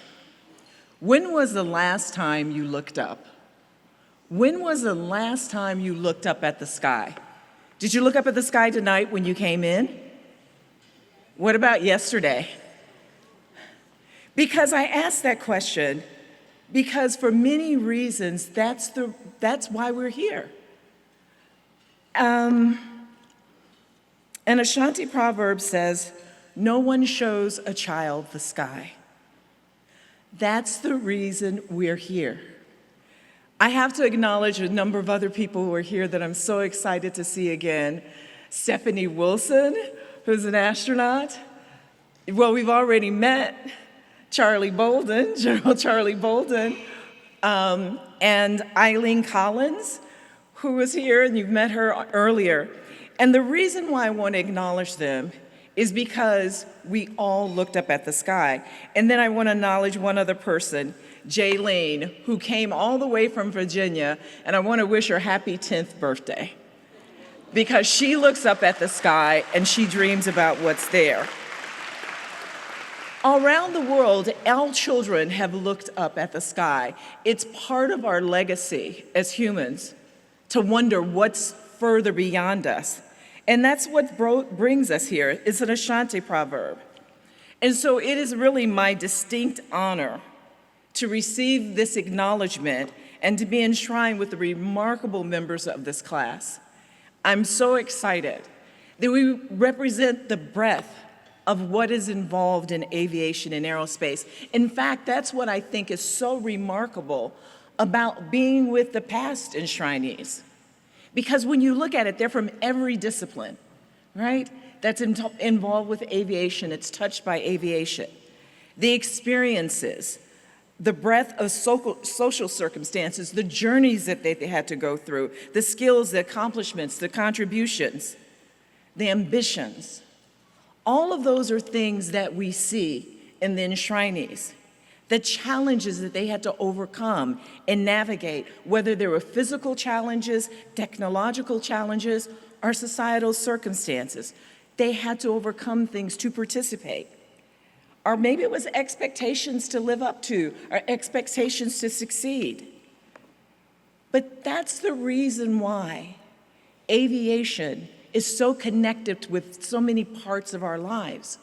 You see, when we think about aviation and many times space exploration, people see, the pilots and the astronauts.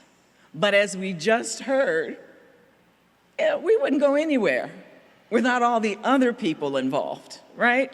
The mechanics, the people who do the designs, the orbital analysis, all of that, we would not be involved. But further, think about all the things that aviation and aerospace allow us to be involved with. Those things include things like remote sensing, looking down at the earth to understand things about agriculture, about minerals, about mapping, materials that push us much further than we would ever be able to go. Calculations, the ability to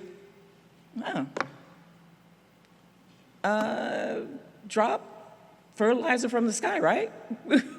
Crop dusting, and these are so many things.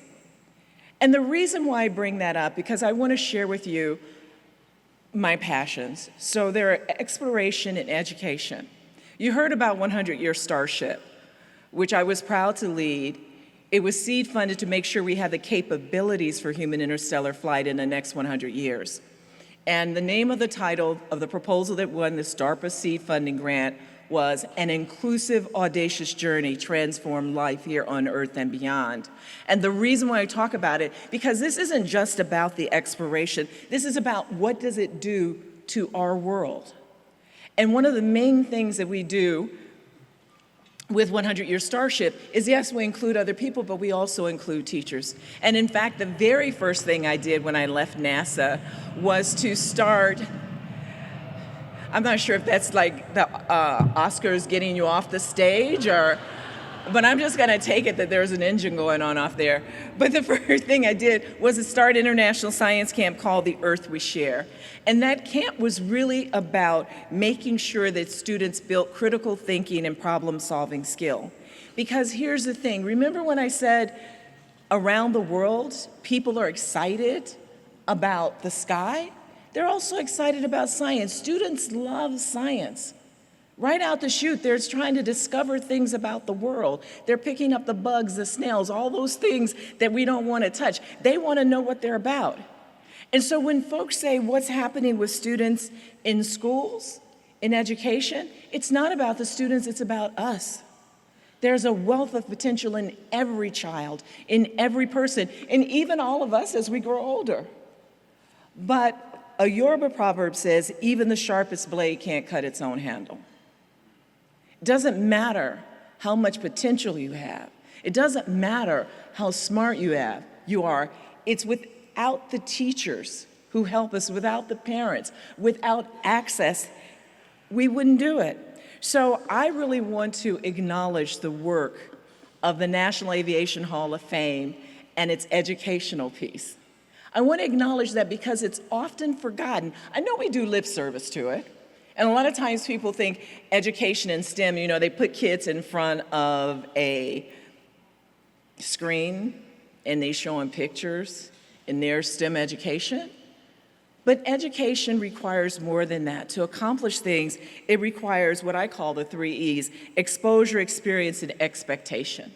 Students have to be exposed to what happens in aviation and aerospace. You don't have to want to be the one that's sitting on the rocket or flying the plane or even doing the mechanics. You can do all kinds of things. It requires experience, getting an opportunity to practice these things, not in a high-stakes situation where you may lose your job, but as an intern, right? As a student who gets to see engines, all these things that are part of it. That's what happens. And finally, expectation. The expectation of society that students can excel, that they can achieve. Experience, exposure, and expectation. And that's what I want to salute with the National Aviation's Hall of Fame programs that engage thousands of students in problem solving and critical thinking skills. And I just want to bring this up because it's really important. And the Wilbur and Orville problem solving group and many other projects. So thank you so much for this award. Thank you for supporting education, the accessibility for all students, and helping to cut the handle that will allow them to use their skills and talents.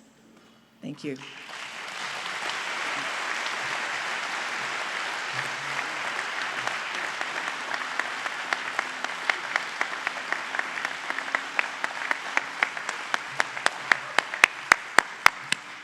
Our next inductee is a true aviation trailblazer whose fearless determination helped break both barriers and records. As one of the first women to earn a transport pilot license and later serve in a federal aviation role, Phoebe Omley used her platform to champion air safety, education, and opportunities for women in flight. In an era where the sky was a new frontier, Phoebe Omley dared to take flight and changed aviation history forever. Born in 1902, the year before the Wright brothers took flight, Phoebe found her calling the day before high school graduation after seeing her first air show. Undeterred by early attempts to scare her out of flying, she doubled down on her dream. With an inheritance at the age of 18, she purchased a Curtiss JN4 biplane. To help fund her passion for flying, Phoebe convinced the Fox Motion Picture Company to hire her to perform aviation stunts for the Saturday matinee special, The Perils of Pauline. Phoebe Omley soon became one of the nation's most fearless barnstormers, captivating audiences with her skill and bravery. She hired and later married World War I aviation instructor Vernon Omley, and the two made a name for themselves on the flying circus circuit. While Vernon flew the plane, Phoebe learned to walk the wings of the plane, dance the Charleston on the wings, hang by her teeth below the plane, and parachute from the plane. She even wowed spectators with her own special invention, the double parachute drop. Once she jumped out of the plane, she would cut her parachute lines and then open a second parachute for a safe landing. In 1927, she became the first woman in the United States to earn a government transport pilot's license, a testament to her skill and determination. And in 1933, she became the first woman to obtain an aircraft mechanic's license. She was the only woman to compete in the 1928 National Reliability Air Tour and won the light plane division of the first Women's Air Derby. In a time when headlines favored male aviators, she quietly shattered records and expectations. She was even asked by Eleanor Roosevelt to help with her husband's presidential campaign. But Omley's passion for flight extended beyond the cockpit.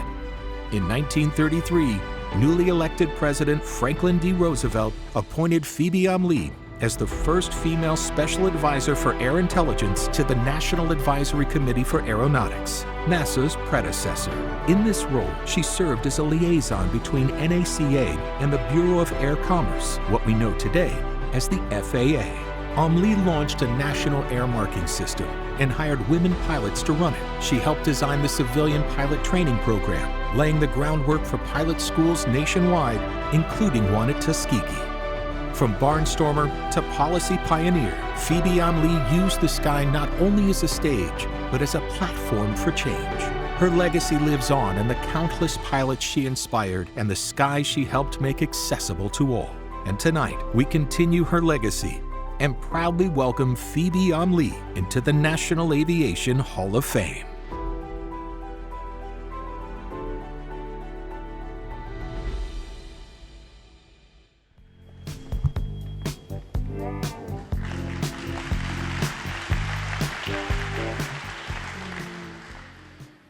Good evening, ladies and gentlemen. I am honored today and privileged to introduce inductee Phoebe Fairgrave Omlee. Phoebe Omlee was both an endlessly daring aviator and a tireless advocate for advancing and improving the world of aviation. When it came to flying, she had absolutely no fear. She hung from planes by her teeth, transferred between planes in midair, and performed awe-inspiring parachute jumps, holding numerous world records. In 1930, she participated in the National Air Races, winning her division by a margin of 3 hours, with one of her eyes nearly swollen shut. Unsatisfied, she went on to win 2 more closed-course races the next day, still with only one good eye. Phoebe's dedication to aviation went far beyond these daring achievements. She was the first licensed female transport pilot and the first woman to earn an airplane mechanic's license. She became the first woman to hold a federal aviation position under President Franklin Roosevelt, working as a special assistant to the National Advisory Committee for Aeronautics and the Bureau of Air Commerce, which later became the FAA. Throughout her career, she tirelessly promoted her passion to improve safety and streamline aviation through various impressive projects, including a large air marking program that painted thousands of markers across the United States, greatly enhancing aerial navigation and safety. She also contributed to the government's extensive airport improvement efforts and oversaw the establishment of 66 pilot training programs in 46 states, including one in Tuskegee, Alabama, which will later train the renowned Tuskegee Airmen. Additionally, she started an experimental program in Tennessee to train women as flight instructors. As she said, if women can teach men to walk, they can teach them to fly. Yeah, that's a shout out to all you moms. Her flight school graduated 10 women instructors who went on to train over 500 military pilots. I first learned about Phoebe 20 years ago from Dr. Janan Sherman, who was then the head of the history department at the University of Memphis. She was about to take a sabbatical to write a book about Phoebe.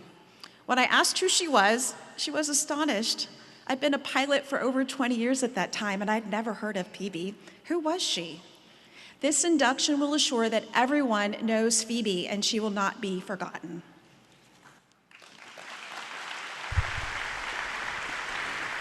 Tonight, we welcome pioneering aviator Phoebe Omlee to the National Aviation Hall of Fame. Accepting on behalf of Phoebe Omlee is 2004 enshrinee Patty Wagstaff, a 3-time U.S. National Aerobatic Champion and one of the most celebrated airshow pilots of all time. Her own trailblazing career is a powerful reflection of Phoebe's fearless legacy.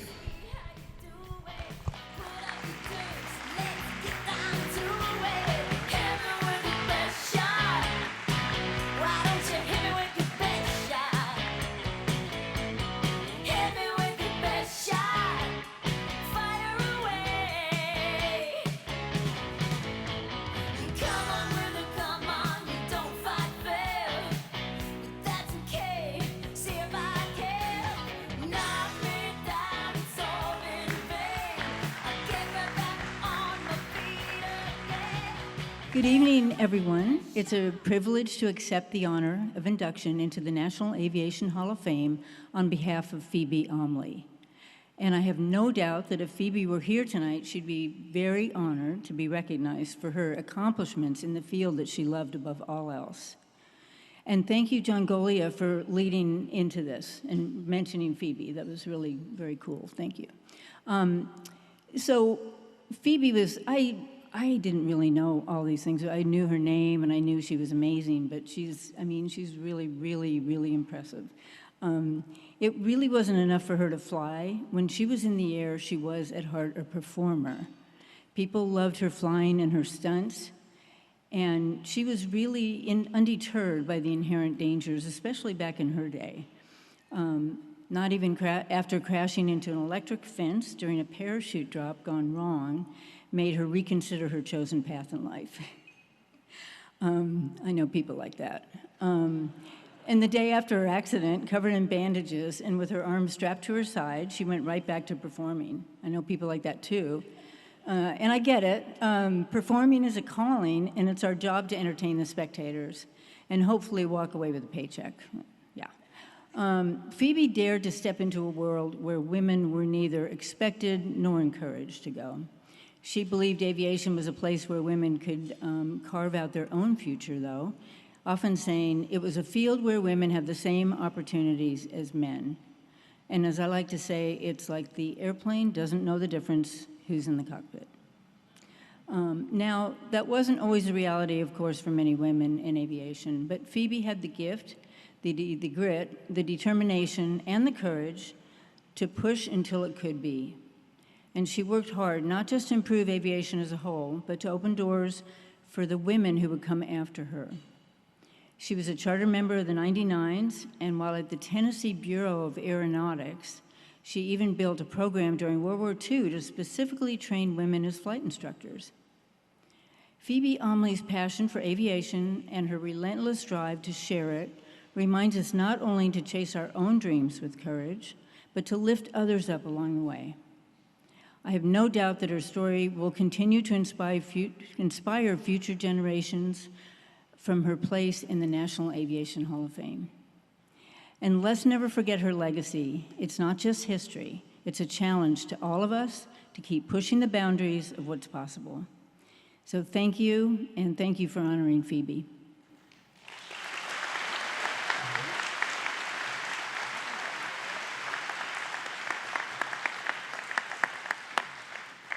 There is only one medal hanging on the shelf backstage, and our final inductee is a pioneering aviator whose courage, skill, and leadership helped break down racial barriers in military aviation. As the first African-American pilot to fly with the U.S. Air Force Thunderbirds and a four-star general, General Floyd Fig Newton inspired generations through his distinguished service and unwavering dedication to excellence. Long before he soared through the skies, Lloyd Fig Newton challenged expectations by daring to dream. Growing up in segregated Ridgeland, South Carolina, Fig Newton set his sights on the skies.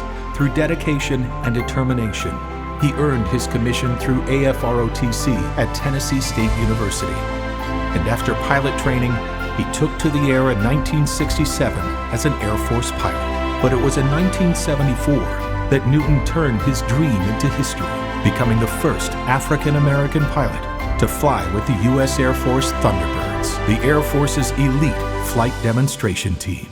Flying the T-38 Talon, Fig awed audiences throughout the U.S. and Canada, but his service extended far beyond the airshow circuit. Before the Thunderbirds, Fig flew 269 combat missions in Vietnam, piloting the F-4 Phantom, fearless, focused, and committed to something greater than himself.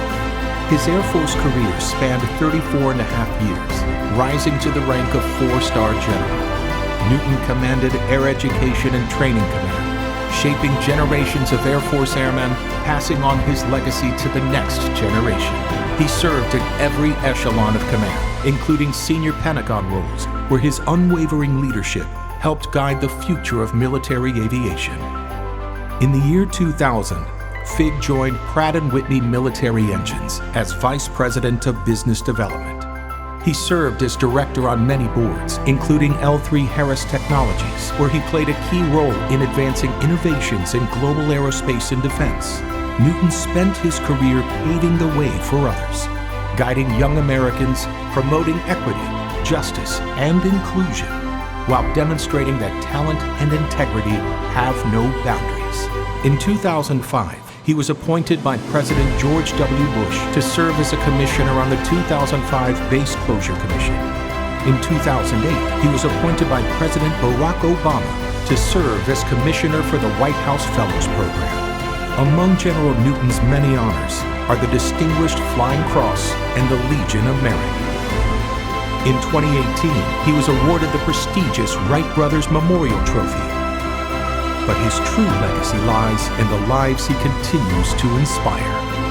Tonight, we honor a leader who served with purpose and opened doors for future aviation professionals. We continue his legacy and proudly welcome Lloyd Fig Newton into the National Aviation Hall of Fame. Please welcome Reverend Dr. Marion H. Newton and President and CEO of the National Business Aviation Association, Mr. Ed Bolin.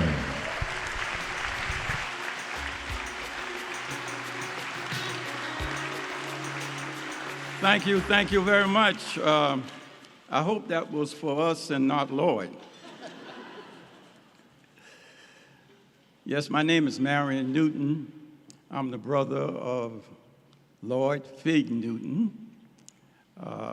And many times people ask, who's the oldest? And my response always be, by age or by looks. Yes, I'm older than Lloyd and proud to be his brother. I'm honored to stand this evening as a very proud brother of General Lloyd Fig Newton. To many of you, he is a trailblazer, a history-making pilot, four-star general, and now National Aviation Hall of Fame inductee. To me, he's Lloyd. Not Fig, but Lloyd. In fact, Fig is not his nickname. His nickname is Scooter.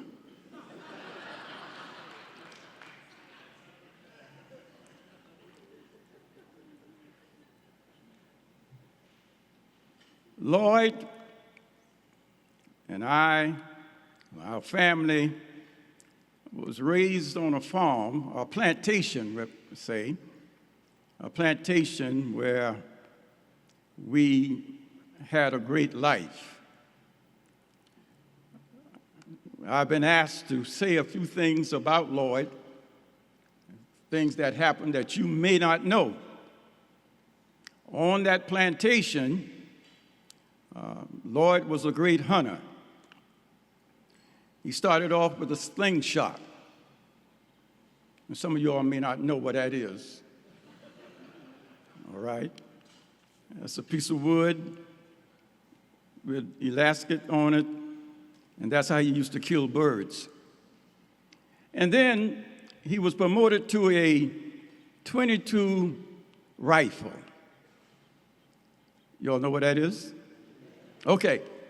In fact, he killed his first deer with this rifle, and he was not even 12 years old. He was an alligator hunter. You didn't know that. All right? We hunt alligators, not as a sport, but as survivors.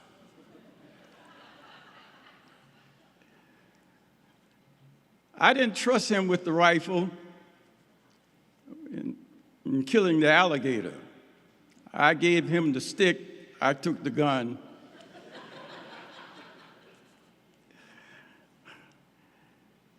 So as I share a few things tonight, one of the things I want to share with you is that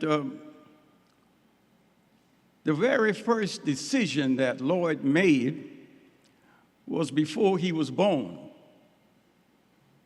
He chose to be born on Christmas Eve. And he did that so that he would get two gifts. One for his birthday and one for Christmas.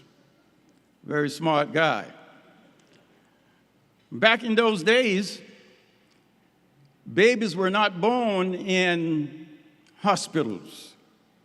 They were born at home with the aid of midwives. So on that Christmas Eve, my sister and brothers was waiting for Santa Claus. And all of a sudden, Lloyd arrived. And my daddy used that as an excuse and said to us, "This is what Santa Claus brought y'all."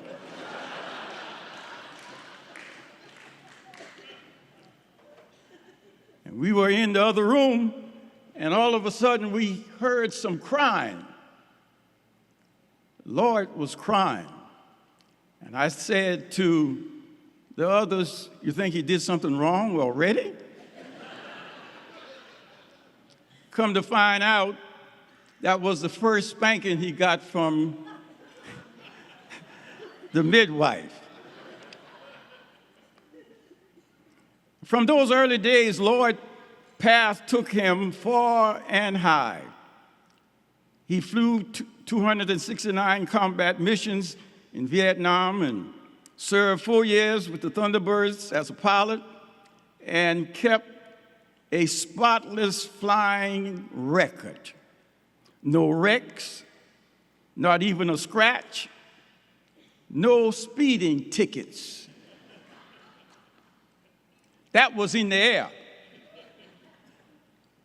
But when it came to the ground,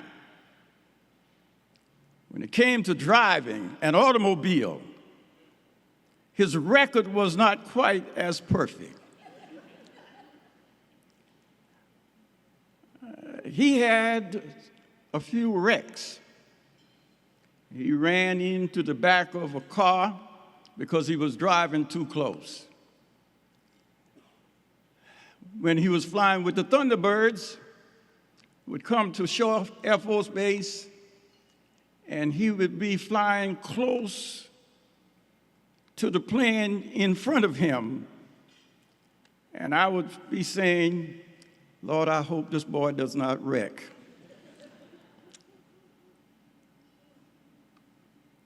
He had a couple of wrecks, and then he racked up some speeding tickets. So many I failed to count them. He was good flying in the air, but not so good on the ground. I know that God still answers prayers because since I arrived here yesterday, I had the opportunity of persuaded to ride with him, and he was the driver. And I kept praying that we will have safe arrival. But here's what matters. Whether in the air or on the ground, Lloyd has always been determined, disciplined, and dedicated. He's a man of faith, a man of family, and a man who has served his country with courage and honor. So tonight, we celebrate not just a pilot or general, but a brother, husband, father, grandfather, and friends. A man who has lifted all of us higher by the way that he lives. So help me congratulate. Lord, I congratulate you. You will always be a Hall of Famer in my book, even if your driving record belongs in another different museum.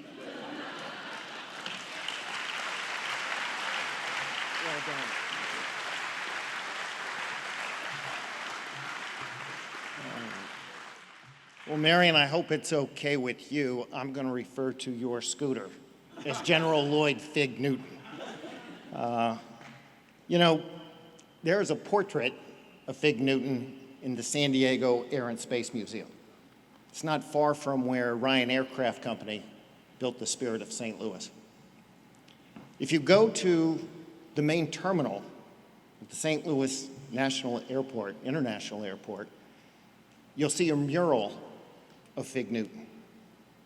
If you get to the nation's capital, you can see his Thunderbird flight helmet in the Smithsonian's Museum of American History. Across the mall, you can see his inscription on the Wright Brother trophy that is in the National Air and Space Museum. And if you go just a little bit further over to Fort McNair, you'll see a plaque for Fig Newton in the National Defense University's Hall of Fame. And if you're riding down Highway 95, Interstate 95, you'll see a sign for the exit for Ridgeland, South Carolina, that proudly proclaims General Lloyd Fig Newton's hometown. It is entirely fitting that tonight, here in the air capital of the world, we enshrine Lloyd Fig Newton in the National Aviation Hall of Fame.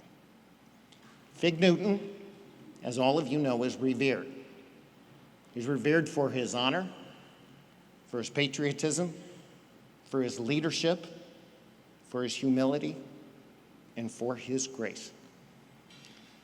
But I think we all know that the truest impact of General Lloyd Fig Newton is not hanging in a hall, on a mural, or even a highway sign. The impact and enduring legacy of Fig Newton is in the hearts and the minds and the souls of everyone that he has come into contact with.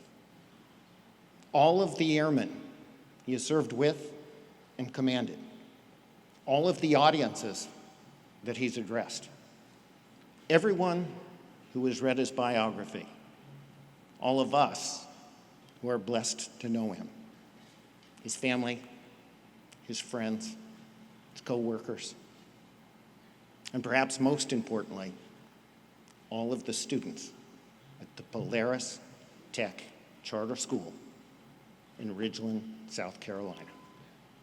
We are all blessed that Fig Newton has opened our hearts, fired our imaginations, and made our life better. He certainly made mine much better.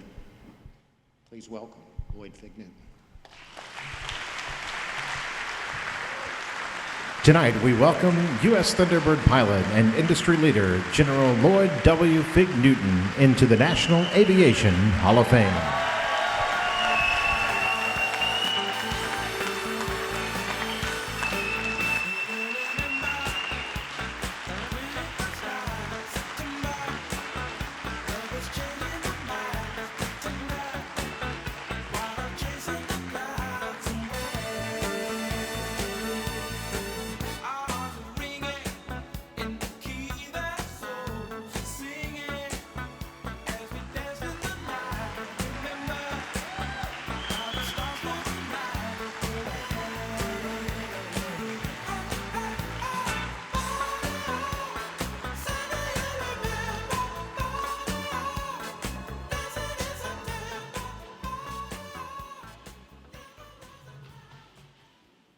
Never let your brother introduce you, okay?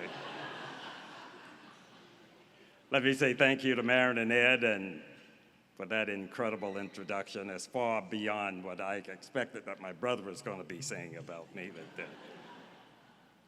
Ladies and gentlemen, good evening, and wow, what a night.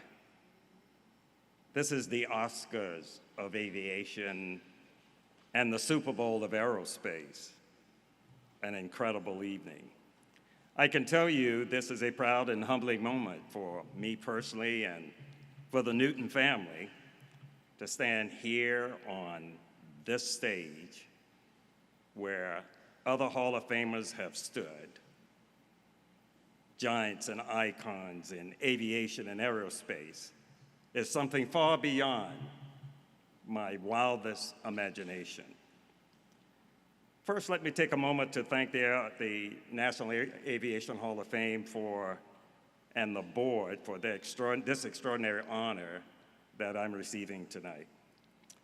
I'm especially grateful to John Barry and Doug Swartz and the entire staff and board for helping to welcome me into the class of 2025.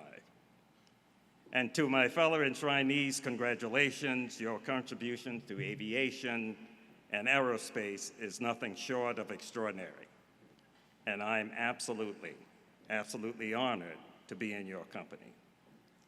I also want to take a few moments to thank a few of those who I call my families, those who've helped to shape my journey. To my personal family and friends, many who have made it the effort to be here this evening, and some who've traveled all the way from Honolulu, Hawaii. Thank you for being here and for taking the time. Especially to our children, some who are here tonight as well, I want to thank you. As well as to both of my brothers that are here, Marin and Don, you've kept me connected and you kept me grounded. So thanks to both of you. To my Air Force family, who taught me how to fly higher than I ever could have imagined, thank you. And to my Thunderbird family, who taught me precision and attention to detail, which became a way of life for me. To my industrial family, L3 Harris, National Aviation, the National Business Aviation Association, and Pratt & Whitney, thank you for your support and your trust over the years. And to Polaris Tech, my charter school, Kim and Sandra, thank you so much for being here and for inspiring the next generation of aviators and innovators. Really appreciate you taking the time to be here. And of course, I thank God for my wonderful wife and life partner, Eloise. You've been my anchor through the turbulence, my compass in the climb, and you've been the force that kept me aloft when everything else failed. Thank you so very much. I love you.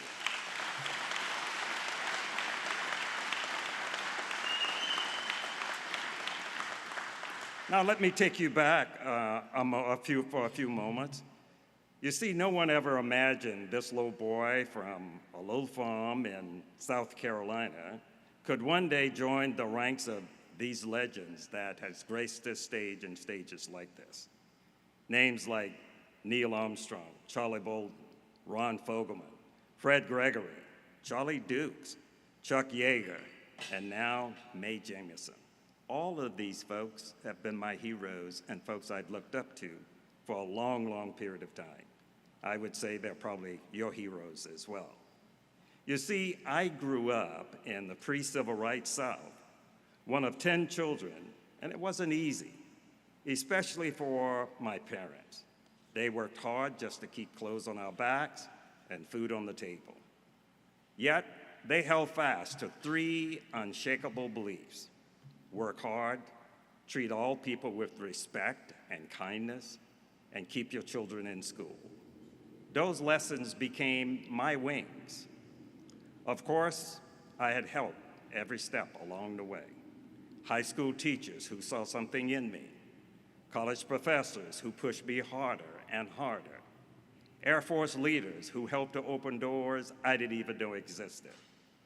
Every one of them changed the trajectory of my life. As you can imagine, there were some naysayers along the way. There were folks who said, "Oh, you can't do that," or "They won't ever let you do that." I had this college classmate by the name of Dwight Jackson. Dwight and I were doing student teaching, and I was all, just ranting and raving about how I was going in the Air Force, and I was going to be in pilot training, and I was going to fly airplanes. And Dwight Jackson looked at me and said, "You don't really think they're going to let you fly an airplane, do you?" And it took me aback for a moment. Well, after I made the Thunderbirds, I've been looking for Dwight Jackson ever since.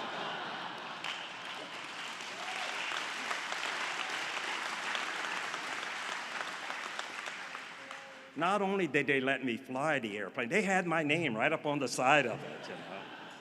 I wanted to show that to Dwight.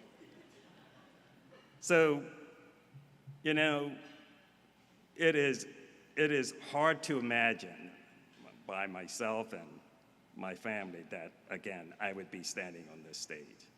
But I can tell you, tonight, I accept this honor, not for myself, but for Mom and Dad, and for every young person who ever been told their dreams are too big, and for every kid on the back road of Ridgeland, South Carolina, who dare to look up and believe, just happen to believe that they could touch the sky. Now, before I go, I want to leave you with this. You see, I've been so very, very blessed to have been born in the United States of America. You know, I could have been born some little dusty hamlet someplace else around the world. But by God's grace, I was fortunate enough to be born here. A nation where our very foundation is rooted in the framework of freedom. A place where you and I can choose what we want to do with our lives, to dream, to rise, to fly. But we must be careful not to let this precious gift slip away. It seems to be threatened more and more each passing day. We must protect it. We must nourish it. We must pass it on so that democracy and freedom and fair play for all will remain not just words, but our way of life, and our way of life for all to enjoy. So once again, Hall of Fame and all those who've helped me along the way, thank you from the very bottom of my heart. Let's keep believing, keep climbing. As one people, as one nation, with one destination, the pursuit and happiness and peace for all. Thank you, and God bless.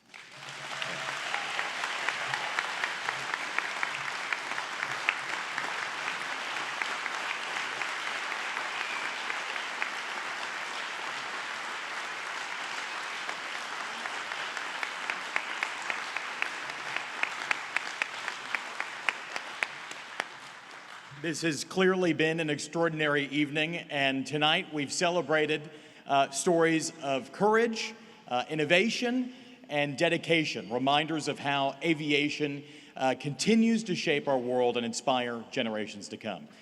As we close the 60th annual enshrinement ceremony, I want to thank each of you for supporting the National Aviation Hall of Fame and for sharing this unforgettable night with us. Now join me in one final congratulations to the National Aviation Hall of Fame class of 2025. Miss Julie Clark, Mr. Frank Robinson, the Honorable John Golia, astronaut Dr. Mae Jemison, Ms. Phoebe Omley, and General Lloyd W. Fig Newton.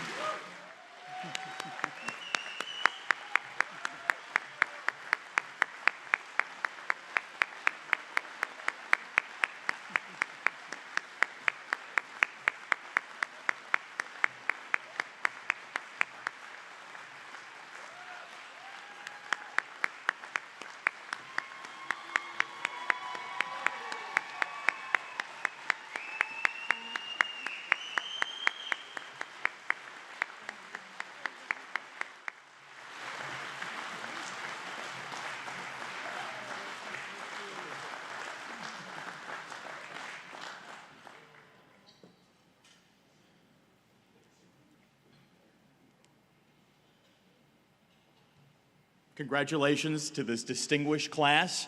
And the celebration continues after this. We're going to open up one of the hangar doors here and hope that you join in celebrating with us under the wing of the B-29 Super Fortress Dock, which is the perfect setting to celebrate this incredible and amazing class. Thank you for the incredible night. Thank you to our enshrinees and the staff. Thank you to the National Aviation Hall of Fame. Hope everybody travels safe home, and good night.